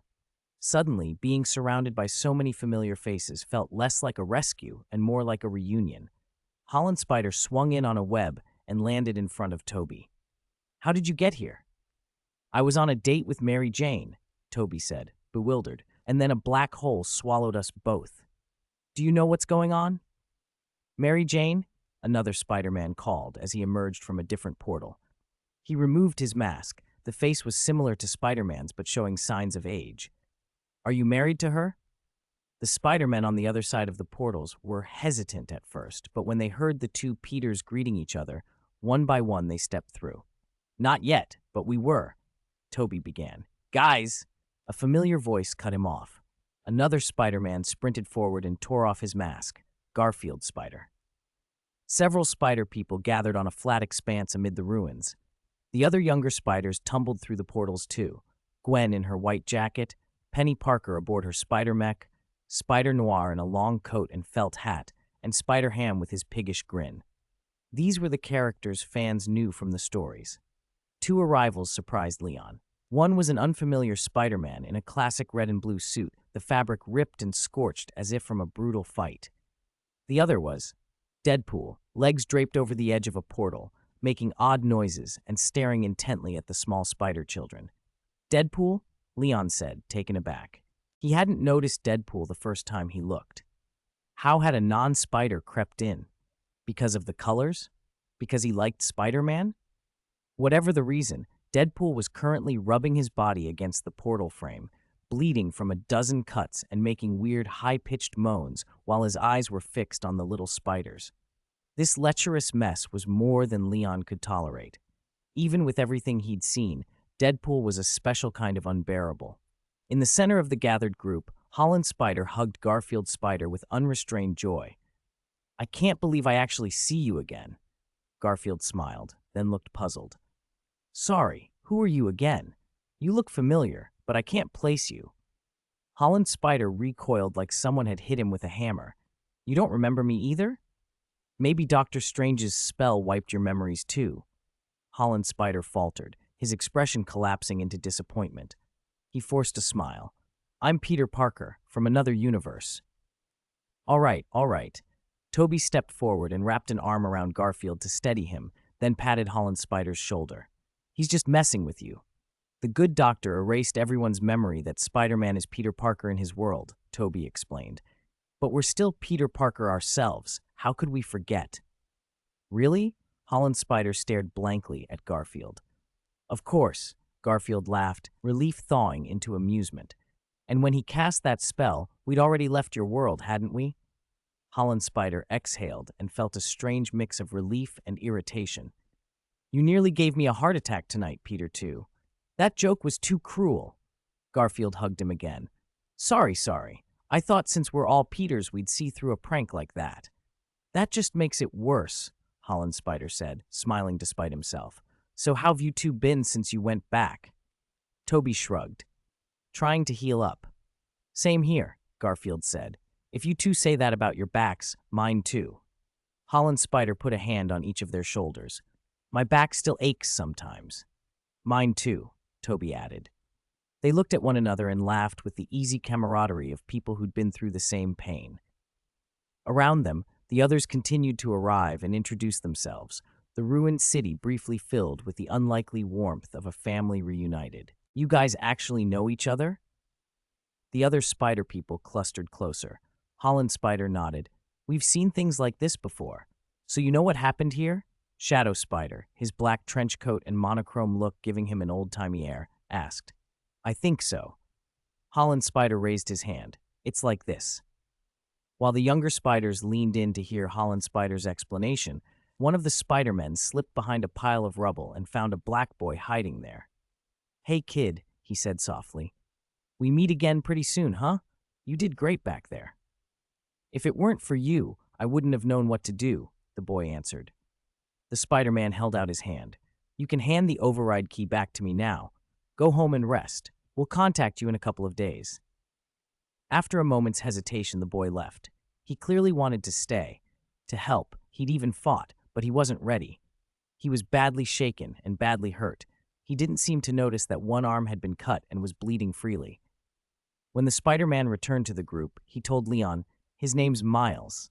Like us, he was bitten by a radioactive spider. He's brave, but still confused, just like I was at the beginning. Before you got here, I gave him the override key, Leon said. Spider-Man opened his palm and revealed a small white USB drive. This is it. It was the only choice in the moment, Leon said, but this isn't the right situation for him now. I told him to go home. Leon nodded. So you plan to train him to be a spider later? If he wants, Spider-Man said with a hopeful smile. I'd really like someone to help watch over the city. Leon, holding little Peter, climbed down from the ruined architecture with Spider-Man and joined Holland Spider. Holland Spider was already mid-story and suggested, before we plan anything else, we should introduce ourselves. As he spoke, Shadow Spider's trench coat fluttered despite the still air, like a wind that answered him. Wherever I go, the wind answers me. I'm Peter Parker, from 1933. One by one, the others introduced themselves. Penny Parker, Spider-Ham, the three movie Peters, then another middle-aged spider stepped forward. He looked very familiar. He pointed at himself. I'm Peter Benjamin Parker. He sighed. My story's the same as the rest of you. Spider bite, saving the city, then love. The only difference is, my marriage is on the rocks. Mary Jane wants kids, and I don't know if I can do it. He rubbed at the slight belly beneath his suit and let a world-wearied smile crease his face. Being Spider-Man makes you afraid to bring new life into the world. There was a ripple of sympathy among the spiders. Everyone had lost something. Everyone knew the fear. Before anyone could offer comfort, a new voice crashed into the circle. Exactly. So true, my dear little belly Peter. Deadpool bounded out of the crowd, slinging an arm around the middle-aged Peter. A stripe of red ran down the center of his suit, from head to crotch, smudged and still wet with something he'd rubbed on the portal. He rubbed the middle-aged Peter's shoulder like an overexcited cousin. Human marriage is ridiculous, Deadpool declared loudly. Always stupid drama, blam blam, what a mess. Why can't it be like seahorses? As soon as they meet, boom, babies, no sweat. His comments were blunt, bawdy, and utterly inappropriate. The younger spiders who had been nodding along to the marital lament all took a step back in shock. The middle-aged Peter stared at Deadpool. Wait, your marriage is in trouble too? Oh, tragic, Deadpool said, his voice suddenly small, puppy whimpering.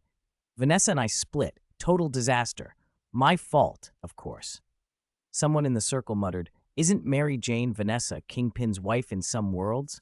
Deadpool's voice shot up a couple of octaves. Kingpin? That walking roach? His wife Vanessa? No way. No Vanessa for me.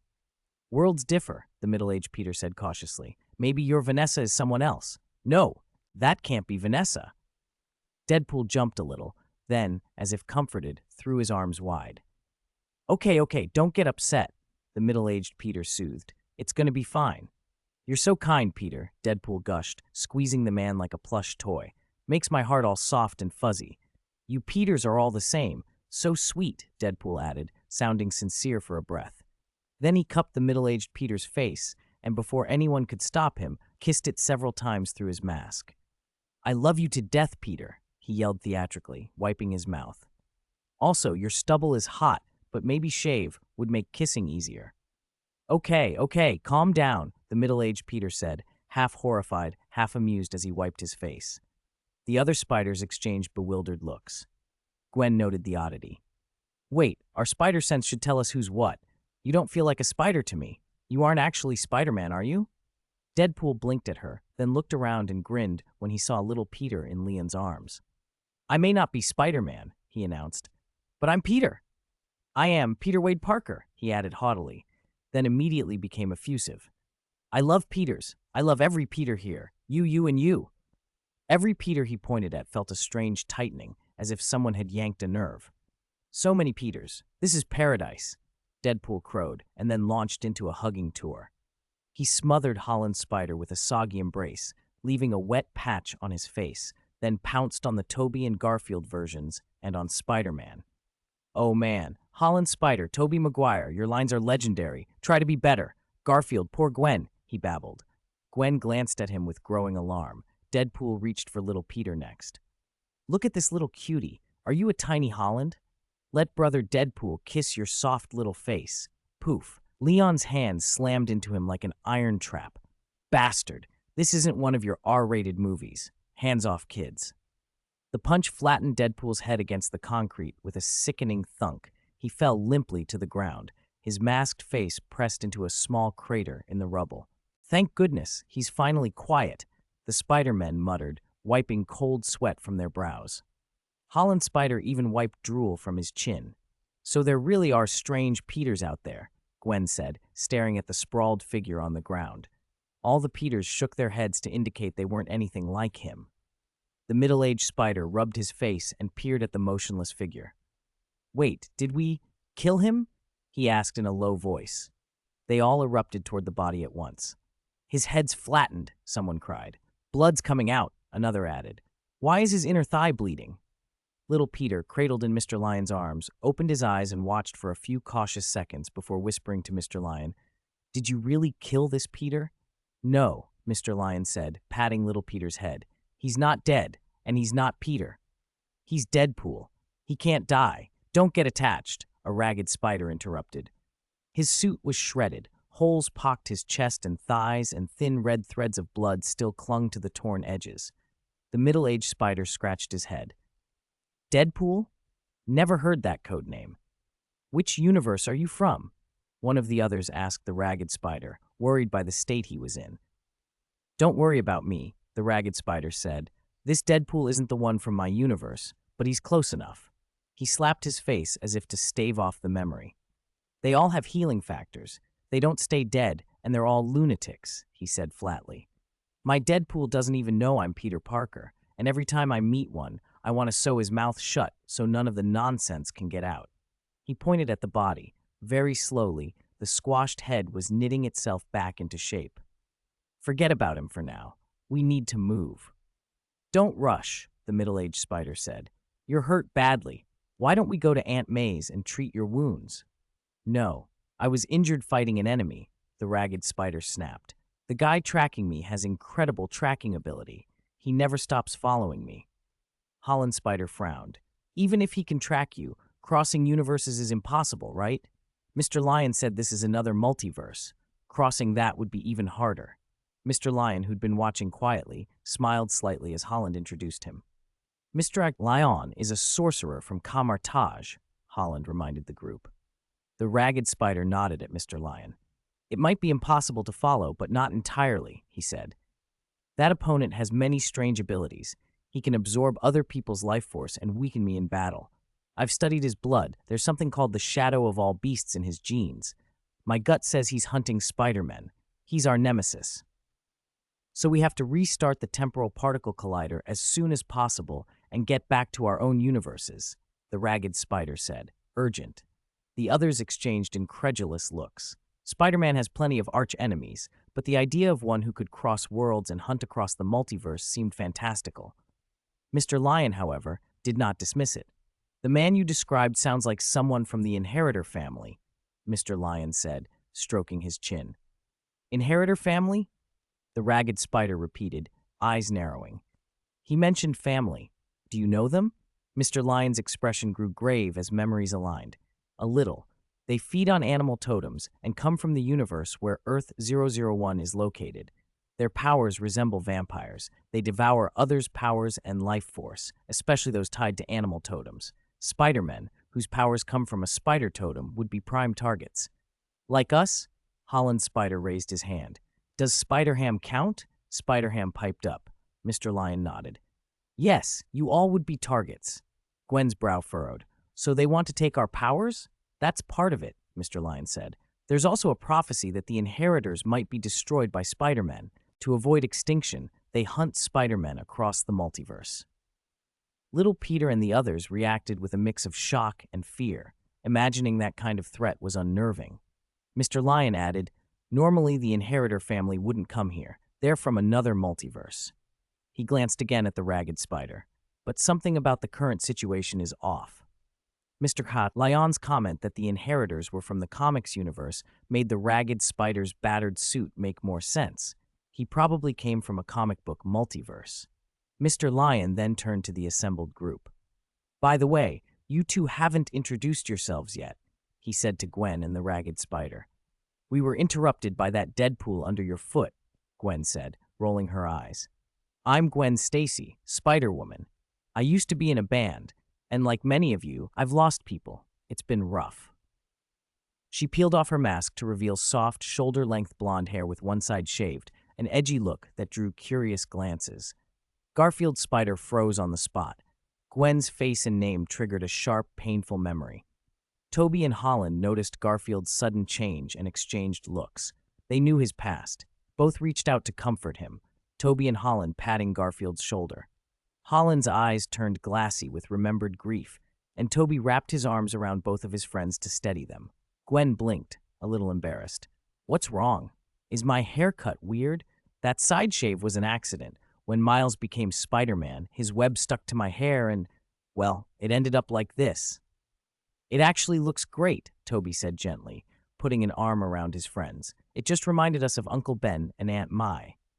Garfield shook himself out of his reverie. "Sorry, I was just thinking about a friend, probably about 10 years older than you." His voice was hoarse. Gwen's face softened. "I lost a friend, too." For a moment her eyes dimmed and the group fell quiet, everyone thinking of their own losses. "I lost Uncle Benjamin," Shadow Spider said. "I lost my dad," Penny Parker offered. "My Uncle Ben and Aunt Mai, both," the middle-aged spider added. Mr. Lion and Little Peter exchanged a glance, unsure whether to add their own losses when a faint tremor ran through the body at their feet. Deadpool's fingers twitched and lifted. "Me, too. I lost my handsome face." "Pfft," he muttered, and Mr. Lion's foot came down and flattened him again. "Ignore this buzzkill," Mr. Lion said, lifting his phone. "Everyone, continue." The Spider-Men stared at each other. Their shared sorrow dissolved into a kind of stunned silence. Gwen gave a soft, almost girlish laugh and took a careful step back, one hand tucked behind her. "I can't really relate to the sadness of you guys who are heading into middle age," she said. "But everything's going to get better, right, Spider-Man?" "Yeah," Holland Spider said, forcing a smile and covering the sourness in his eyes. "I'm not middle-aged. Those two are. I'm about to go to university." He made sure to add that, as if it proved something. Toby Spider and Garfield Spider exchanged a look and shrugged. Ragged Spider cut in, sudden and blunt. "I'm Peter Parker, too, from Earth 616. I lost Ben, Dr. Connors, Harry, Gwen." He trailed off. The names of the dead piled up before he could finish them all. "Wait, you're from 616? No suffix, just 616, Lion asked, startled. "That's right, just 616. Is that a problem?" Ragged Spider replied. Lion activated his X-ray vision and scanned him a couple of times.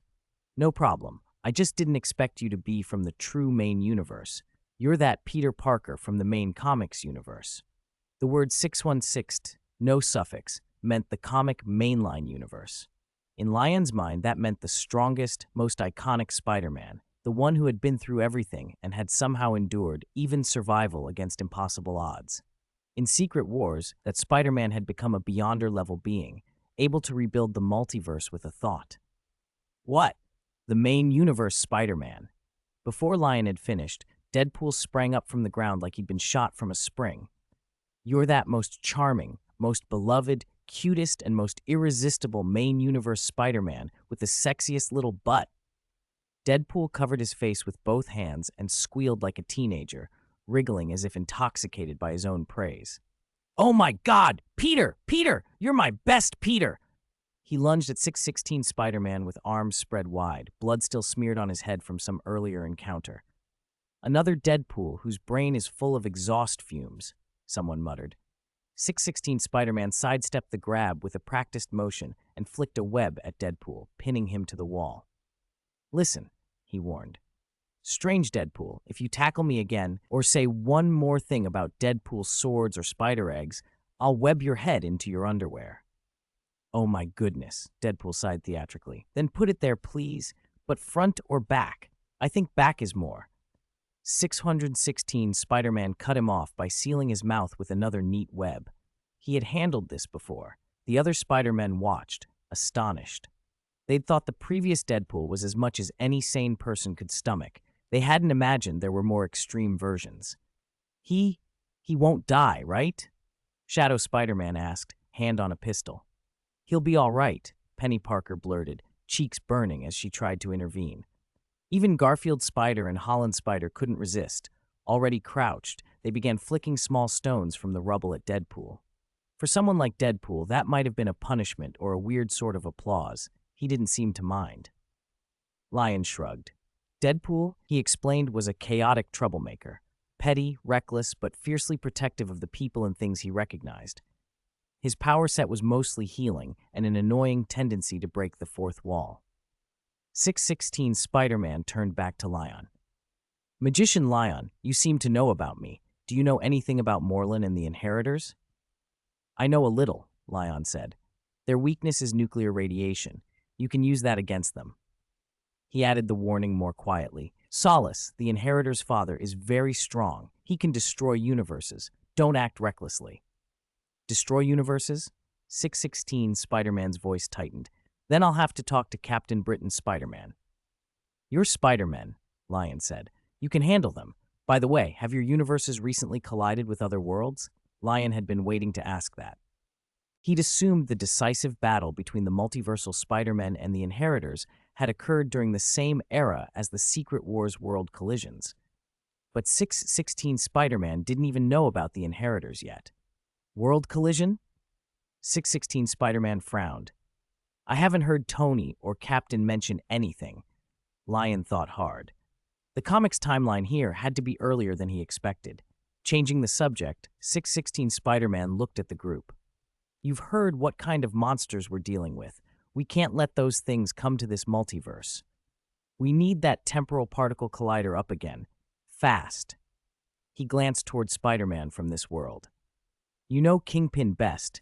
Does he have another collider? Spider-Man fidgeted and cleared his throat. I don't know if he has a second one.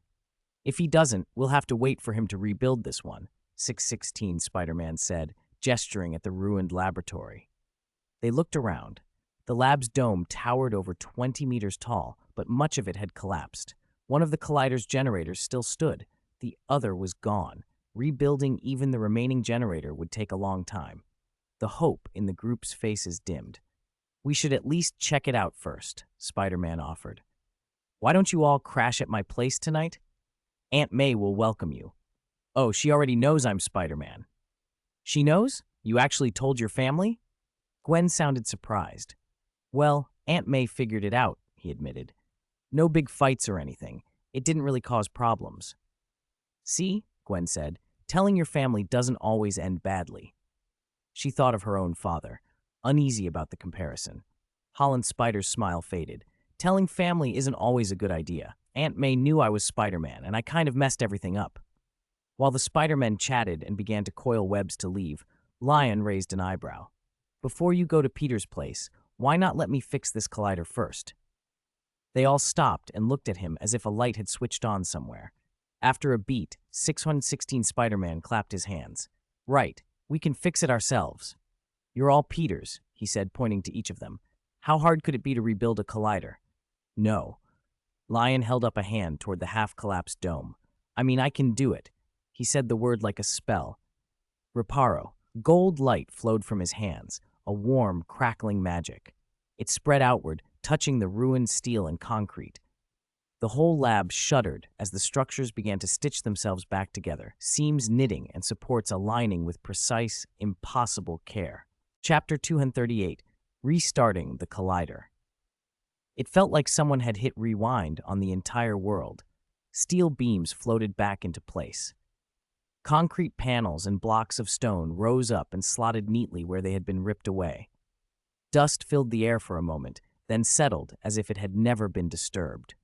The spider people stood motionless, watching as the 20-meter-high collider lab was restored to the way it had been in less than a handful of breaths. Even the shattered glass mended itself, becoming smooth and transparent again. On the other side of the room, the instant Leon began to cast, Deadpool's masked eyes went wide. He squirmed in the webbing, straining and shouting, twisting his body to gain any extra reach. The rebuilt wall was already creeping forward, threatening to seal him and the debris behind him into the structure. Just as the adamantium layer was about to clamp shut, the little spiders yanked him free with a flurry of webs.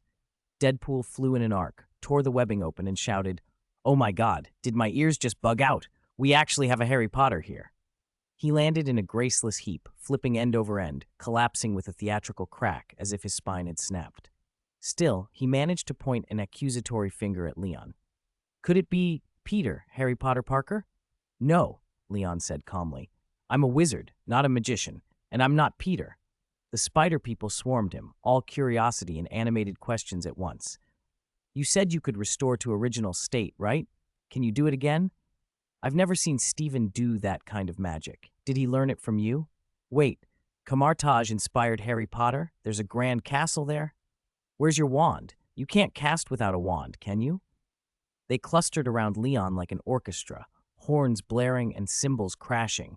Gwen and Spider-Ham even lifted Leon's arm, looking for a wand tied under his sleeve. "Enough," Leon said, drawing a tired line along his face. "How are you any different from Deadpool?" Compared to Deadpool, the spider people fell silent. For a beat they pictured themselves, ridiculous and messy, side by side with the man in the red suit. Goosebumps ran up their spines. Deadpool, meanwhile, screamed, pushed himself upright as if nothing had happened, straightened his back, and sprinted toward them with arms spread. "I approve of Harry Potter. Peters, if our Deadpool swords and spider eggs ever meet, you'll be surprised how compatible." A ball of web smacked into his mouth and silenced him. More webbing poured over him, splat after splat, until Deadpool was flattened against the floor in a muffled, wriggling bundle. Every spider person had moved as one. 616 Spider-Man lowered his hand from Leon's bicep and wiped cold sweat from his brow. "Thanks to Leon for repairing the collider," he said, changing the subject with perfect timing. "I think we can start it up now. What do you all think?" "Exactly. I agree. Time to head home. I still have homework to finish." The Peters dispersed into the control room like a well-oiled team. These modern Peters were geniuses. Together they could get the particle collider ready in under 10 minutes. Gwen and the Shadow Spider from 1933 stayed behind to say their goodbyes. "I didn't expect it to go so smoothly," Gwen sighed. "I feel like I wasted the whole week being useless." "Think of it as an interdimensional vacation," Spider-Ham said, standing over Deadpool and using Mjolnir on his head again and again. A few moments earlier, Deadpool had quietly snapped his own bones back into place and used a small adamantium blade to cut the webbing, then ambushed Spider-Ham in a sloppy, over-enthusiastic embrace. Now Spider-Ham was returning the favor, hard, while Deadpool made noises that might have been either agony or delight. "I'll miss you all," Gwen said to the others. "When I go back, I won't have anyone else who knows my secret." "Then why don't you tell your dad?" Little Peter asked. "I told Aunt May I had Sister Shirley watching over me at school." Gwen flicked Little Peter on the forehead with a smile. "That's different. If you get into a fight at school, are you going to tell Aunt May?" Little Peter thought, then shook his head. "No. Don't lead Peter astray," Leon cut in. "Why are you talking about fighting?" Sorry. Gwen stuck out her tongue at Little Peter. "Fighting at school is wrong. Don't do it." Leon, suddenly earnest, peered at Little Peter. "If you do get into a fight, leave no evidence. Find a deserted corner and throw hard. If you can't win, find Shirley. Don't lose." Little Peter gaped. "Good?" Gwen smacked Leon's arm. "Seriously? You're teaching him that?" "Peter," Gwen said, adopting her best solemn voice, "you can't listen to him. Remember, with great power comes great responsibility. We have to be the good guys." "I want to be a superhero, like my big brothers and sisters." Little Peter's eyes shone. "Are you sure?" Leon asked. "What do you think being Spider-Man is like? Swinging from the ceiling? You can deliver food really fast, right?" Little Peter offered. "Genius," Leon gave a thumbs up. "No," Gwen corrected. It's getting to people quickly to save them. Bang! A loud crash echoed from the control room above. Leon's head went up. His vision pierced the wall. Kingpin and a squad of henchmen had broken into the control chamber. The spider sense of every little spider prickled at once. "Oh no, danger!" Gwen snapped. She slung a web to the nearest wall and shot another behind Leon, aiming to pull him and little Peter out of harm's way. Chapter 239, Deadpool refuses to turn back into a human. Leon stepped out and launched himself into the air, slipping through the webbing. Gwen, pulling her mask down, looked up in surprise. "You can fly too? Isn't that normal for a mage?" Leon shrugged. "You're not riding a broom," Gwen said as she swung toward the control room on a web. "Take little Peter and hide." Shadow Spider-Man fell in behind her. Spider-Ham, meanwhile, was poking Deadpool's face. "Hey, the enemy's here. Stop lying around." Deadpool stretched and pointed at his cheek. "Kiss here. If I don't get a hot, passionate kiss, my body'll get too rusty to stand up." "You should just die," Spider-Ham said, speechless, and dropped Deadpool on the floor. Deadpool immediately began rolling and flopping, pleading, "One kiss, just one. Mjolnir turned my head into tofu." Spider-Ham stomped away, then sighed, turned back, grabbed one of Deadpool's feet, and ran up the wall. Deadpool swung behind him, his head thudding against the wall like a badly tuned bell. After a few clangs, Deadpool reacted. He yanked a katana from his back, jammed it into the wall, and used it to drag Spider-Ham to a halt. "A kiss," Deadpool demanded, tapping his own face with an accusing finger. "You," he self-censored in the face of Spider-Ham's earnest innocence. Leon had been watching and felt a sudden sympathy for the 616 Spider-Man's exasperation. "I'll do it," he said, flying over. He pointed at Deadpool and murmured the words to a spell, Vera Verto, a deformation curse. A shimmering beam struck Deadpool, and with a small twist of magic, he shrank and reshaped into a scruffy little dog. Spider-Ham held the mutt by the hind legs and lifted him up. "He turned into a dog? See? I told you, Hogwarts, baby." The Deadpool snarled and wagged his sparse, weed-like fur. He stuck his impossibly long tongue out and slobbered over Spider-Ham's face. "What is that? Stop licking me! Why is your tongue so— Ugh!" Spider-Ham's complaints followed them into the control room. Kingpin's return turned out to be exactly what the small spiders feared. He stormed in to find his lab apparently restored and had come with reinforcements. Green Goblin, Dr. Octopus, and Scorpion. Against them stood 10 spider variants and 1 dog Deadpool. And yes, Deadpool was still participating in the fight. Grudges do not disappear with magic, and even as a dog, he carried a tiny knife between his teeth and, whenever he could, darted forward to jab at Kingpin. The fight was brief. The spiders easily overpowered the 4 villains, webbing them to the wall. They activated the particle collider and prepared to leave through its transit field. Dog Deadpool, however, slipped away from the group with his little blade.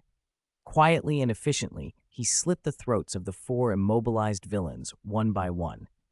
After the last one fell, he spat the knife onto the floor and let out a vile, barking string of curses that would have made a sailor blush. Leon swooped in and grabbed him by the scruff before anyone else could hear the whole tirade. They met in the Collider's enormous oval chamber for farewells. The little spiders hung upside down from the ceiling around a central data access port. Below them, the Collider hummed, and a streaming beam of colliding particles thrummed with dangerous energy. One of the Spider-Men, 616 Spider-Man, slid the overload key into the port. "I'm reversing the Collider's operating mechanism now. The portal is open," he said. "Goodbye, everyone. It was great to meet you." He glanced at all the Spider-Men with genuine feeling. "I never thought I had so many partners. I hope we meet again."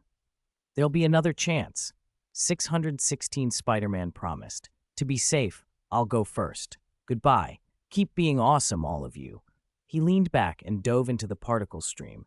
With a crackling shudder, he passed through the void between worlds and returned to his home universe. Shadow Spider-Man doffed his hat and bowed. "Love you all." One by one, the little spiders followed.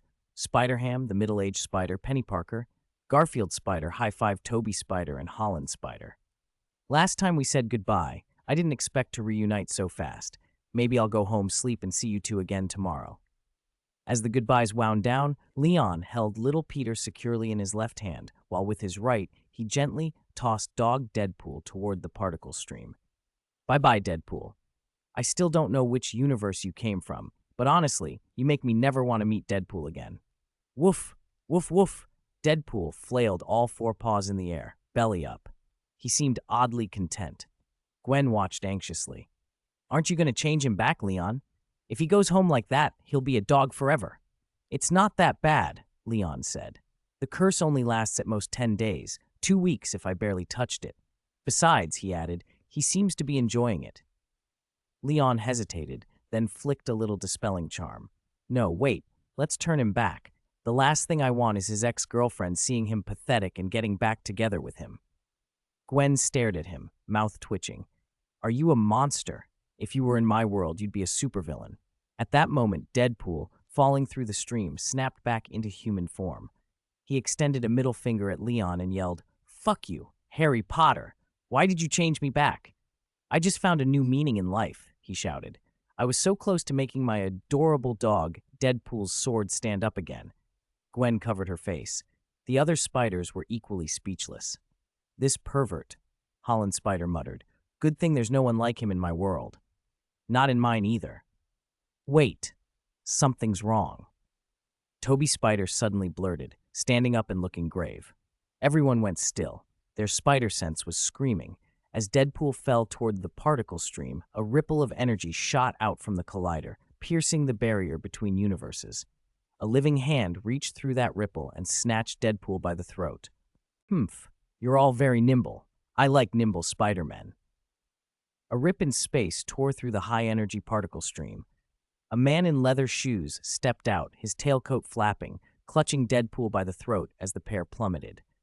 Before they hit the ground, he tossed Deadpool aside and planted his shoe on him like a rug, slamming him into the pavement so hard bricks and stone shattered inward. Behind him, the portal and the particle stream collided in a roaring explosion. The collider they'd just repaired was damaged again. Under the newcomer's boot, Deadpool was a ruin. His bones were crushed, his organs burst and spilled. He gave a miserable, broken shriek and tried to curse, but the man's shoe kept pressing, and at once Deadpool's life force poured into the newcomer like a flood. "This one tastes incredible." The newcomer spat a mouthful of bloody foam and licked his lips. His hair was swept back in a wild, gravity-defying mass, his cheekbones sharp and cruel. His eyes, centered on the gathered Spider-Men, glowed a hungry scarlet red. He spread his arms and inhaled the swirling dust. "What a wonderful flavor. 616 Spider-Man really did find a good place for me," he chuckled. The Weaver Master tracked this world through a spatial passage on his way home. I brushed past him, but I didn't expect an entire unfamiliar multiverse, a multiverse of nothing but Spider-Men. He greedily breathed in the air, tasting the scent of so many spiders. He licked the corner of his mouth. "This is fantastic. Spider-Men, remember my name, Morlun. From now on, you're all my food." The Spider-Men's faces went cold. The pressure emanating from Morlun was like a mountain bearing down on them, like a mouse facing a cat, a rabbit facing a hawk. "He's Morlun," Garfield Spider whispered, sweat beading on his forehead. They finally understood why even 616 Spider-Man had been so shaken. If given a choice, they would have fled, but there was no choice. "We have to either send him back to his world or keep him trapped here forever," Toby said in a voice barely above a growl. "This villain isn't like the others, Peter. I've fought a lot of bad guys. Some can still be saved, some can't." "This one's a born demon," Garfield agreed. "He came here because of us. We can't let him leave, or this world of Spider-Men will be destroyed." Holland Spider stared at Morlun, breathing hard, nodding as if the motion could steady his racing heart. Even with Morlun only standing there and occasionally glancing their way, his body flooded with adrenaline as if he were on the edge of a cliff. "So what do we do?" another spider asked, voice tight. "My heart's racing like I just ran a marathon." Spider-Man of this world clung to the ceiling and readied himself to strike. Gwen darted to Liang's side and hissed, "Go! Take little Peter and run. That guy is dangerous." Liang's supervision scanned Morlun. He saw strands beneath the surface, DNA woven with Temic bloodlines he'd never encountered before, apart from the little spiders they'd met today. Even though Liang had already absorbed the blood of all the little spiders he'd seen, these genes were unfamiliar. In the private inner world he called Haiguang, he couldn't help but lick his lips. The stranger the gene, the better. It wouldn't overlap with what he'd already absorbed and could promote his clone's evolution. Gwen couldn't hear Liang's inner thoughts, but she read his expression and nodded once more. I've never felt anything like this. He's trouble. Get little Peter out of here. Now. Moreland smiled. You're not planning to run? That's fine. He looked them over, hungry. Curious how many Peters there are here. I always liked Peter Parker best. His texture is exquisite. He spoke of dining like he was mentioning a favorite pastry, casual to the point of monstrous. The weight pressing on each Spider-Man deepened. Then, under Moreland's foot, Deadpool moved. The merc with the mouth raised a trembling hand and patted Moreland's pant leg. He gave an awkward thumbs up. I agree. Peter's taste is the best. Then he flipped his hand, pulled a tiny adamantium dagger from somewhere, and, with absurd speed, drove it into Moreland's crotch. But only. I can eat, Peter. There was a squelch and a howl. Moreland doubled over in agony, but Deadpool kept fighting, twisting the blade to cut. Moreland's roar turned beastly. His left foot came down like a hammer and drove through Deadpool's chest. Bastard! Moreland snarled, ripping the knife free and draining Deadpool's life through the wound. Deadpool's flesh writhed and withered as life was sucked out, skin dried and shriveled in an instant. In moments, he was little more than a skeleton. Deadpool! The Spider-Men cried out. Even if they knew Deadpool regenerated, they also knew it had limits. If Moreland fully drained him, he could actually die. Holland Spider, who'd been the most sarcastic toward Deadpool, was the first to launch, webbing toward Moreland. Toby and Garfield followed, attacking from different angles with everything they had. But Liang hesitated on the edge of making a move. So they really are attached to him, he murmured. Fine. Let's give Moreland 2 more minutes. Under Moreland's boot, Deadpool's tears wet his mask. He raised a skeletal hand toward the Spider-Men, suddenly adopting the tragic hero's pose. My Peter, I knew you'd come to save me. Which Peter are you talking about, Deadpool? Gwen was into Moreland first, kicking hard. Holland Spider flung a web at Moreland's eyes. I'm betting it's the most handsome one, quipped one of the others, half jesting despite the danger. Spider-Man of this world spun perfect, circular webs to try to entangle Moreland. Garfield Spider backflipped and used the momentum to try a head kick. Toby Spider shot webs to snatch back Deadpool's twin samurai swords and swung them toward Moreland. They came at him from every side, each spider throwing everything they had at the predator who had come for their kind.